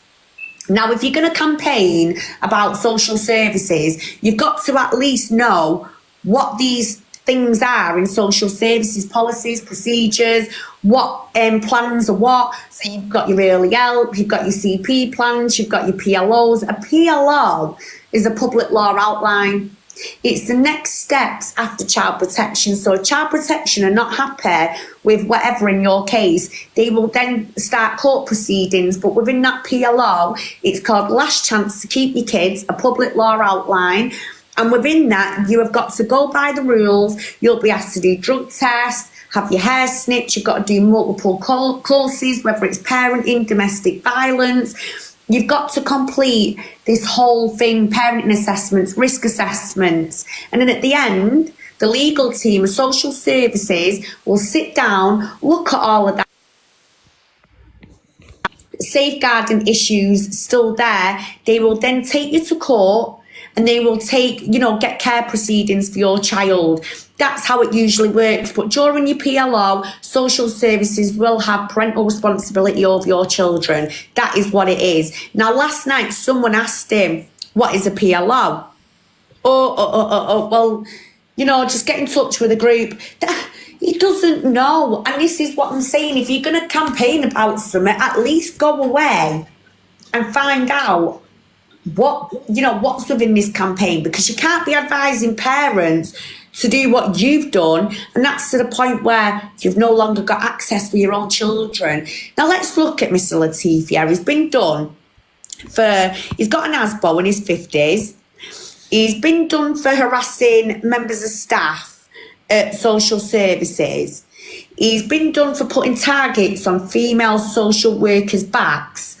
Now, you've got to say to yourself, why didn't he, get to have his children in his care? He's telling you all that he got full custody of his kids. Well, if you look on my profile, you'll see the court documents are there, which I have had permission to share, because there's no longer is he going to keep inciting men to talk about his ex-wife like she's an object or a piece of trash, because she's not. So I've defended her. Now, I've never met this woman, and I hope one day I actually get to meet her, because I'd give her a big cuddle, because she deserves a flipping medal for what she's had to put up with. However, I ain't going away from this, and I'm going to continue to keep coming back every other week. If these guys come anywhere near me, I promise you now, they are going to be sorry. And I'm not scared. Right? They can try whatever. But one thing they really do need to do, I ain't no MI5, I ain't a police officer. I'm far from that. I mean, according to Shazad last night, I'm all gangster. So we'll go with that then. We'll go with I'm gangster now. So I'm not MI5 anymore. I'm not a peace star. I'm none of these things. I'm now a gangster. So I'm going to act like one. I'm here. If they want me, come and get me. Don't keep playing these little games online, because every other week, just know, every time a new victim comes out, I'm going to keep doing these awarenesses, and I'll sit here from morning till, proper night, till it's like midnight, and I'll keep discussing all of this. We'll go over it and over it and over it. Because now, ladies and gents, I'll tell you what is funny. The other day, one of the threats I got off if you know, you know. All right, my lovely. If you know, actually left me a little threat. He said, if I continue and don't take all this content down of Rangy, then I'm going to get the same. Now, they've already tried to expose me for being on TV, but that didn't work, because what did I all tell? How did I start my journey on here? Hi guys, my name's Michelle Matthews. Well, I was 19, I was a silly young mum, I was on Neighbourhood Watched. It's a programme where BBC exploited me during a mental breakdown, filming me drinking a bit of alcohol on a weekend and made it look big than what it was. However, I was 19. Now, in this day and age, I'm a 35-year-old woman. I have a beautiful home, beautiful back garden, you all know that. I've got my animals, I've got beautiful boys that are succeeding in life, and yeah, I mean, I can't ask for much more. I've also gone away and got myself some qualifications. I left school with no GCSEs because, I did have ADHD. I was up and down. I didn't acknowledge that. I was in a lot of denial with my mental health. I was a young mum. At 16, I gave birth. I fell pregnant at 15, had a baby at 16. He was the best thing that ever happened to me. And do you know what? Today, I can sit here and tell young mums not to go and do the same mistakes as what I once upon a time did. So yeah, when I come on TikTok, I actually told my story because I'm not ashamed of it. I mean, I've even come a long way from improving my looks over the years as well. I think that aggravates a lot of people. So we'll move on from that. However, 2 years ago, I've told you all, yes, I was a victim to revenge pay. However, the perpetrator's now got a 2-year restraining order after breaking a non-mol last year. And what this group's doing now, they're continuing that behaviour, which is now with CID. So really, they can continue to do what they want. But the likes of Emma Loyalty and all these ladies that are actually taking part in it as well, well, how's it going to look for them females? If some of these are actually fighting for their own kids and their social workers are getting alerts that these women are involved with criminals online, they're mocking women with disabilities, they're also putting out explicit videos and pictures, well, that's not going to look very good for them now, is it? So that's another thing ticked off the list. And then we've got Mr. If You Know, You Know. Well, he can put his threats out all he wants. Like, what am I supposed to do? Sit here and cower because he's threatening what exactly? Oh, something about a washing machine. I could fold washing for Pip, but now I'm going to fold Rangy or something. This guy really needs to get it through his thick skull. He really doesn't know who I am to even be talking about things like that. So crack on, you can put your threats out because number one, yeah, you certainly do not know how I live my life. Number two, Are you a bit gutted if you know, you know? Is it because you made that comment? What was it? You ready, guys? You know, like Rangy wants to grow some fruit and veg with this guy. He wants land donated to him. Well, the same guy turned around the other day when he was putting out his threat and slipped up and he goes, well, I give fruit and veg away to families for free. Multiple vulnerable families. I give them food for free. Hundreds of thousands of pounds to give away for free, he says. But then he goes, I sold £4 a plant. I made 100 grand in a year, he said. Well, hang on, let's take it back a minute. You've just said you help all these vulnerable families. You're giving away free fruit and veg. So who are you selling the plants to for £4 each and making 100 grand in a year? So I hope to God they've actually let Inland Revenue know that. So him and Rangy together right now are working together, yeah? 100 grand they've raked in. What have they got to show with that 100 grand? Does anyone know? Is anyone getting any food parcels from Rangy and his minions? No. That's what I mean. Nothing. It goes on him. So that there is a prime example again of how these people are working. I give free food. I'm giving money to people. He gives money to people, all right. Are you ready? 40 euros to one young mother. And then he went away and rang social services on her and says she's asking and begging for food and money. And then what happens is the social worker goes, is this true? Did you ring Mr. Latif on such a date and time and did he give you some money? Well, yeah, only because he wanted to give it me. He insisted I should have it. Well, how do you think it looks for that mother? So, you know, I'm quite happy with today's live because I think now, today I've just made a really good few things, facts for you to take in and digest. Because this is how he operates. Now, do you want to call on Monday off your social worker going, hi, Mr. Latif's been on the phone to let us know he's got some concerns that you... And this is, if you're online and you're seen speaking to me, this is what he does. So please be careful. Stop giving this man your documents, your kids' names. Now, I'm going to tell you something else now, guys. Thank you, Faisal, darling. Remember the grooming gangs, yeah? Well, we all remember them. How do they operate? They go to the care homes, right? Outside these care homes, they'll be lurking. They build trust up in these young girls. Thank you, TK, sweetheart. They build up trust with these young girls. Well, I'll tell you how Rangy's operating right now. I'm going to pretend I'm a desperate mum now. Hiya, Rangy. My name's Sheila. Hello, what can I do for you, Sheila? Well, you know my daughter, Abigail, she's in Greenview Care Home in Sheffield. Anything I'm saying, guys, by the way, is decoyed. She's in Greenview, Care Home in Sheffield, and I just don't know what to do because the social workers are treating her like rubbish. So then what happens is, Rangy will go, well, I'll tell you what, if you get in touch with me and give me the details of your daughter, I'll go to the care home and I'll see what I can do. Well, he's doing that, and guess what he does? I know your mum. She's my friend. I've met her online. Do you see what I'm saying? And that child's thinking, my mum's sent him some help. He's going to get me out of this nasty care home. Or this is how these young people, these young girls think. So then the mother... she's oblivious to all of this. She doesn't know that Rangy's sat outside school gates or care home gates, grooming her daughter now, telling her that he knows the mother, offline, things like that. So what I want you is now to bear in mind that is gold dust to them. Gold dust information that you've now just exploited your child's details to this man, location, names. And I know we all can't stand social care, but sometimes they are there for a reason. And it's little things like this, just simply saying a bit of guidance. And this is where social care go wrong. Because rather than giving good guidance to parents and telling some parents how they can keep themselves safe so they can, maintain safety for them and the kids. Literally, they go against a lot of people.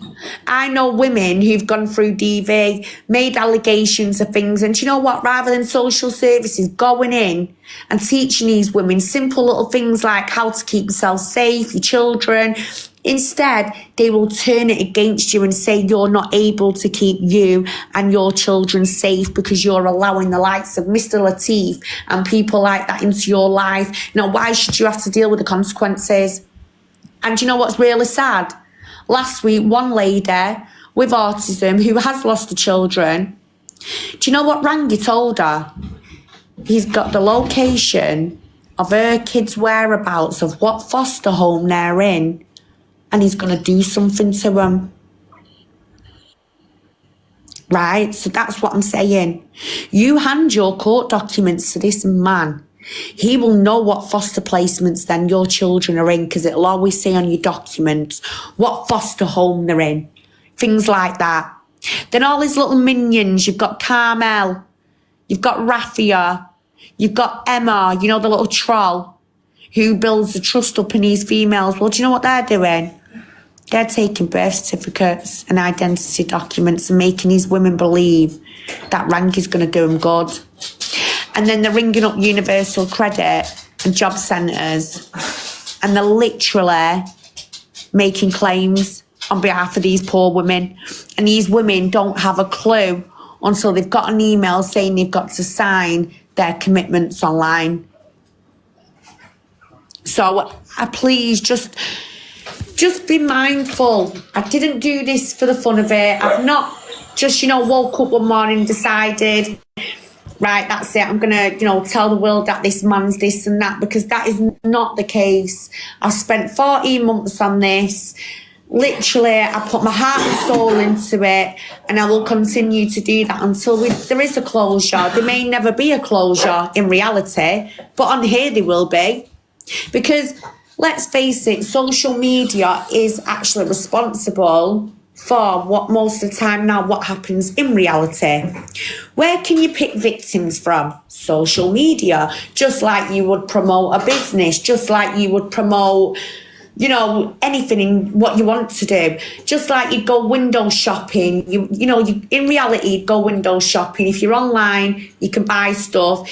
It's basically like that. And social media is used to pick up victims. And then in reality, that's when it turns into high danger. And I am please begging every single one of you, right, to take that in, what I am saying. There's a lot of women right now out there that are scared of this group, scared of Mr. Latif. You've all seen the evidence already that I've had threats that Mr. Shazad Hussein is parked outside my house, things like that. It's a scare tactic. Remember the grooming gangs? Well, look what happened with the victims. Some of them had to drop the charges, some of them had to walk away, because these are the threats that would be happening to them and their families. That's all they can do, is intimidate. Now, I don't know the capabilities of these people, but I'm ready to take them head on. They know that. I ain't taking the piss anymore. I ain't just sitting here playing some little game. However, there's many of you right now that are potentially at high risk. And if I don't say that, I am not doing what I should be doing right now online, and that's keeping you safe. So to any of you, once again, who's handed paperwork, names of your children, pictures, videos, anything, please pick up the phone and dial 999 or even 101 and let them know. Is it 101 or 111? I get confused with them. But just ring. I ring them all the time then, to be fair. So just ring them, and I want you to report down that you've found out that this man has got this criminal history and background, and you've handed him your documents, and now you're scared of potentially what could happen. A lady did come forward last week to say that he was already on bail. He was already on bail previously for harassing her and literally going all out on her and threatening her. So that's another lady now who's come forward, and Rangy's been on recent bail for. Sorry, Vimto, go on, babe. Sorry, I was telling the dogs off. I know, guys, I'm going to have to go now as well, so I do apologise, because Yeah, my son's getting a bit frustrated in the background. So I'm going to get off here for a bit, but I might even come back on tonight. If not, I will be doing tomorrow morning. I'm going to start doing a few mornings in the week. Me and Vincent will be like a little drop-in. If anyone wants to just, share some information because, you feel safe to do so, please do. We will help you and signpost you to the police services and stuff the best we can without any repercussions coming to you. I will be honest and give you some advice. If you have fell victim to Miss Latifah LCS News, then please try and be very discreet about it. Try and not react so much online, because if you do, that's where the repercussions, unfortunately, will come in, and I don't want to see any more. Or if them getting any problems from, Shazad or anything, or anybody else, any of them, to be honest, on behalf of Rangy, the same things, ain't it? Exactly, yeah. Right, guys, I do apologise. Michelle, don't forget to ring. Michelle. Say that again, guys. I'm going to message you. That would make All right, Nat. All right. All right, my lovely. And Penny, I'll give you a ring in about 10 minutes. I'm just going to sort JJ out. Yeah, when you're ready, but yeah, we'll have a chat. All right, and Vinto, I'll speak to you as well soon, my darling. Yeah, don't worry. I'll speak to you later, nice. All right. And thank you, everyone, as well, for joining in and listening. Remember, that's all I ever ask. Just listen. Look at the evidence on my TikTok. It's up to you. Stay open-minded what you want to believe and don't want to believe. But just remember, Rangy's got third parties, and look what I'm going through right now with Mr. Shazad Hussein. So please, ladies, keep yourselves safe. And if you feel like you've got a gut feeling, report it. Right, guys. Real whistleblower as well, who stayed with us through this, and he's given some really useful pointers. So thanks. I think he's flat out, Pen. No, he's there. He's there. Hmm. He's flat out, bless him. I'm going to send him a message now. All right, lovey. All right, my darling. I'll speak to you soon. Okay. Bye, guys. Bye. Bye.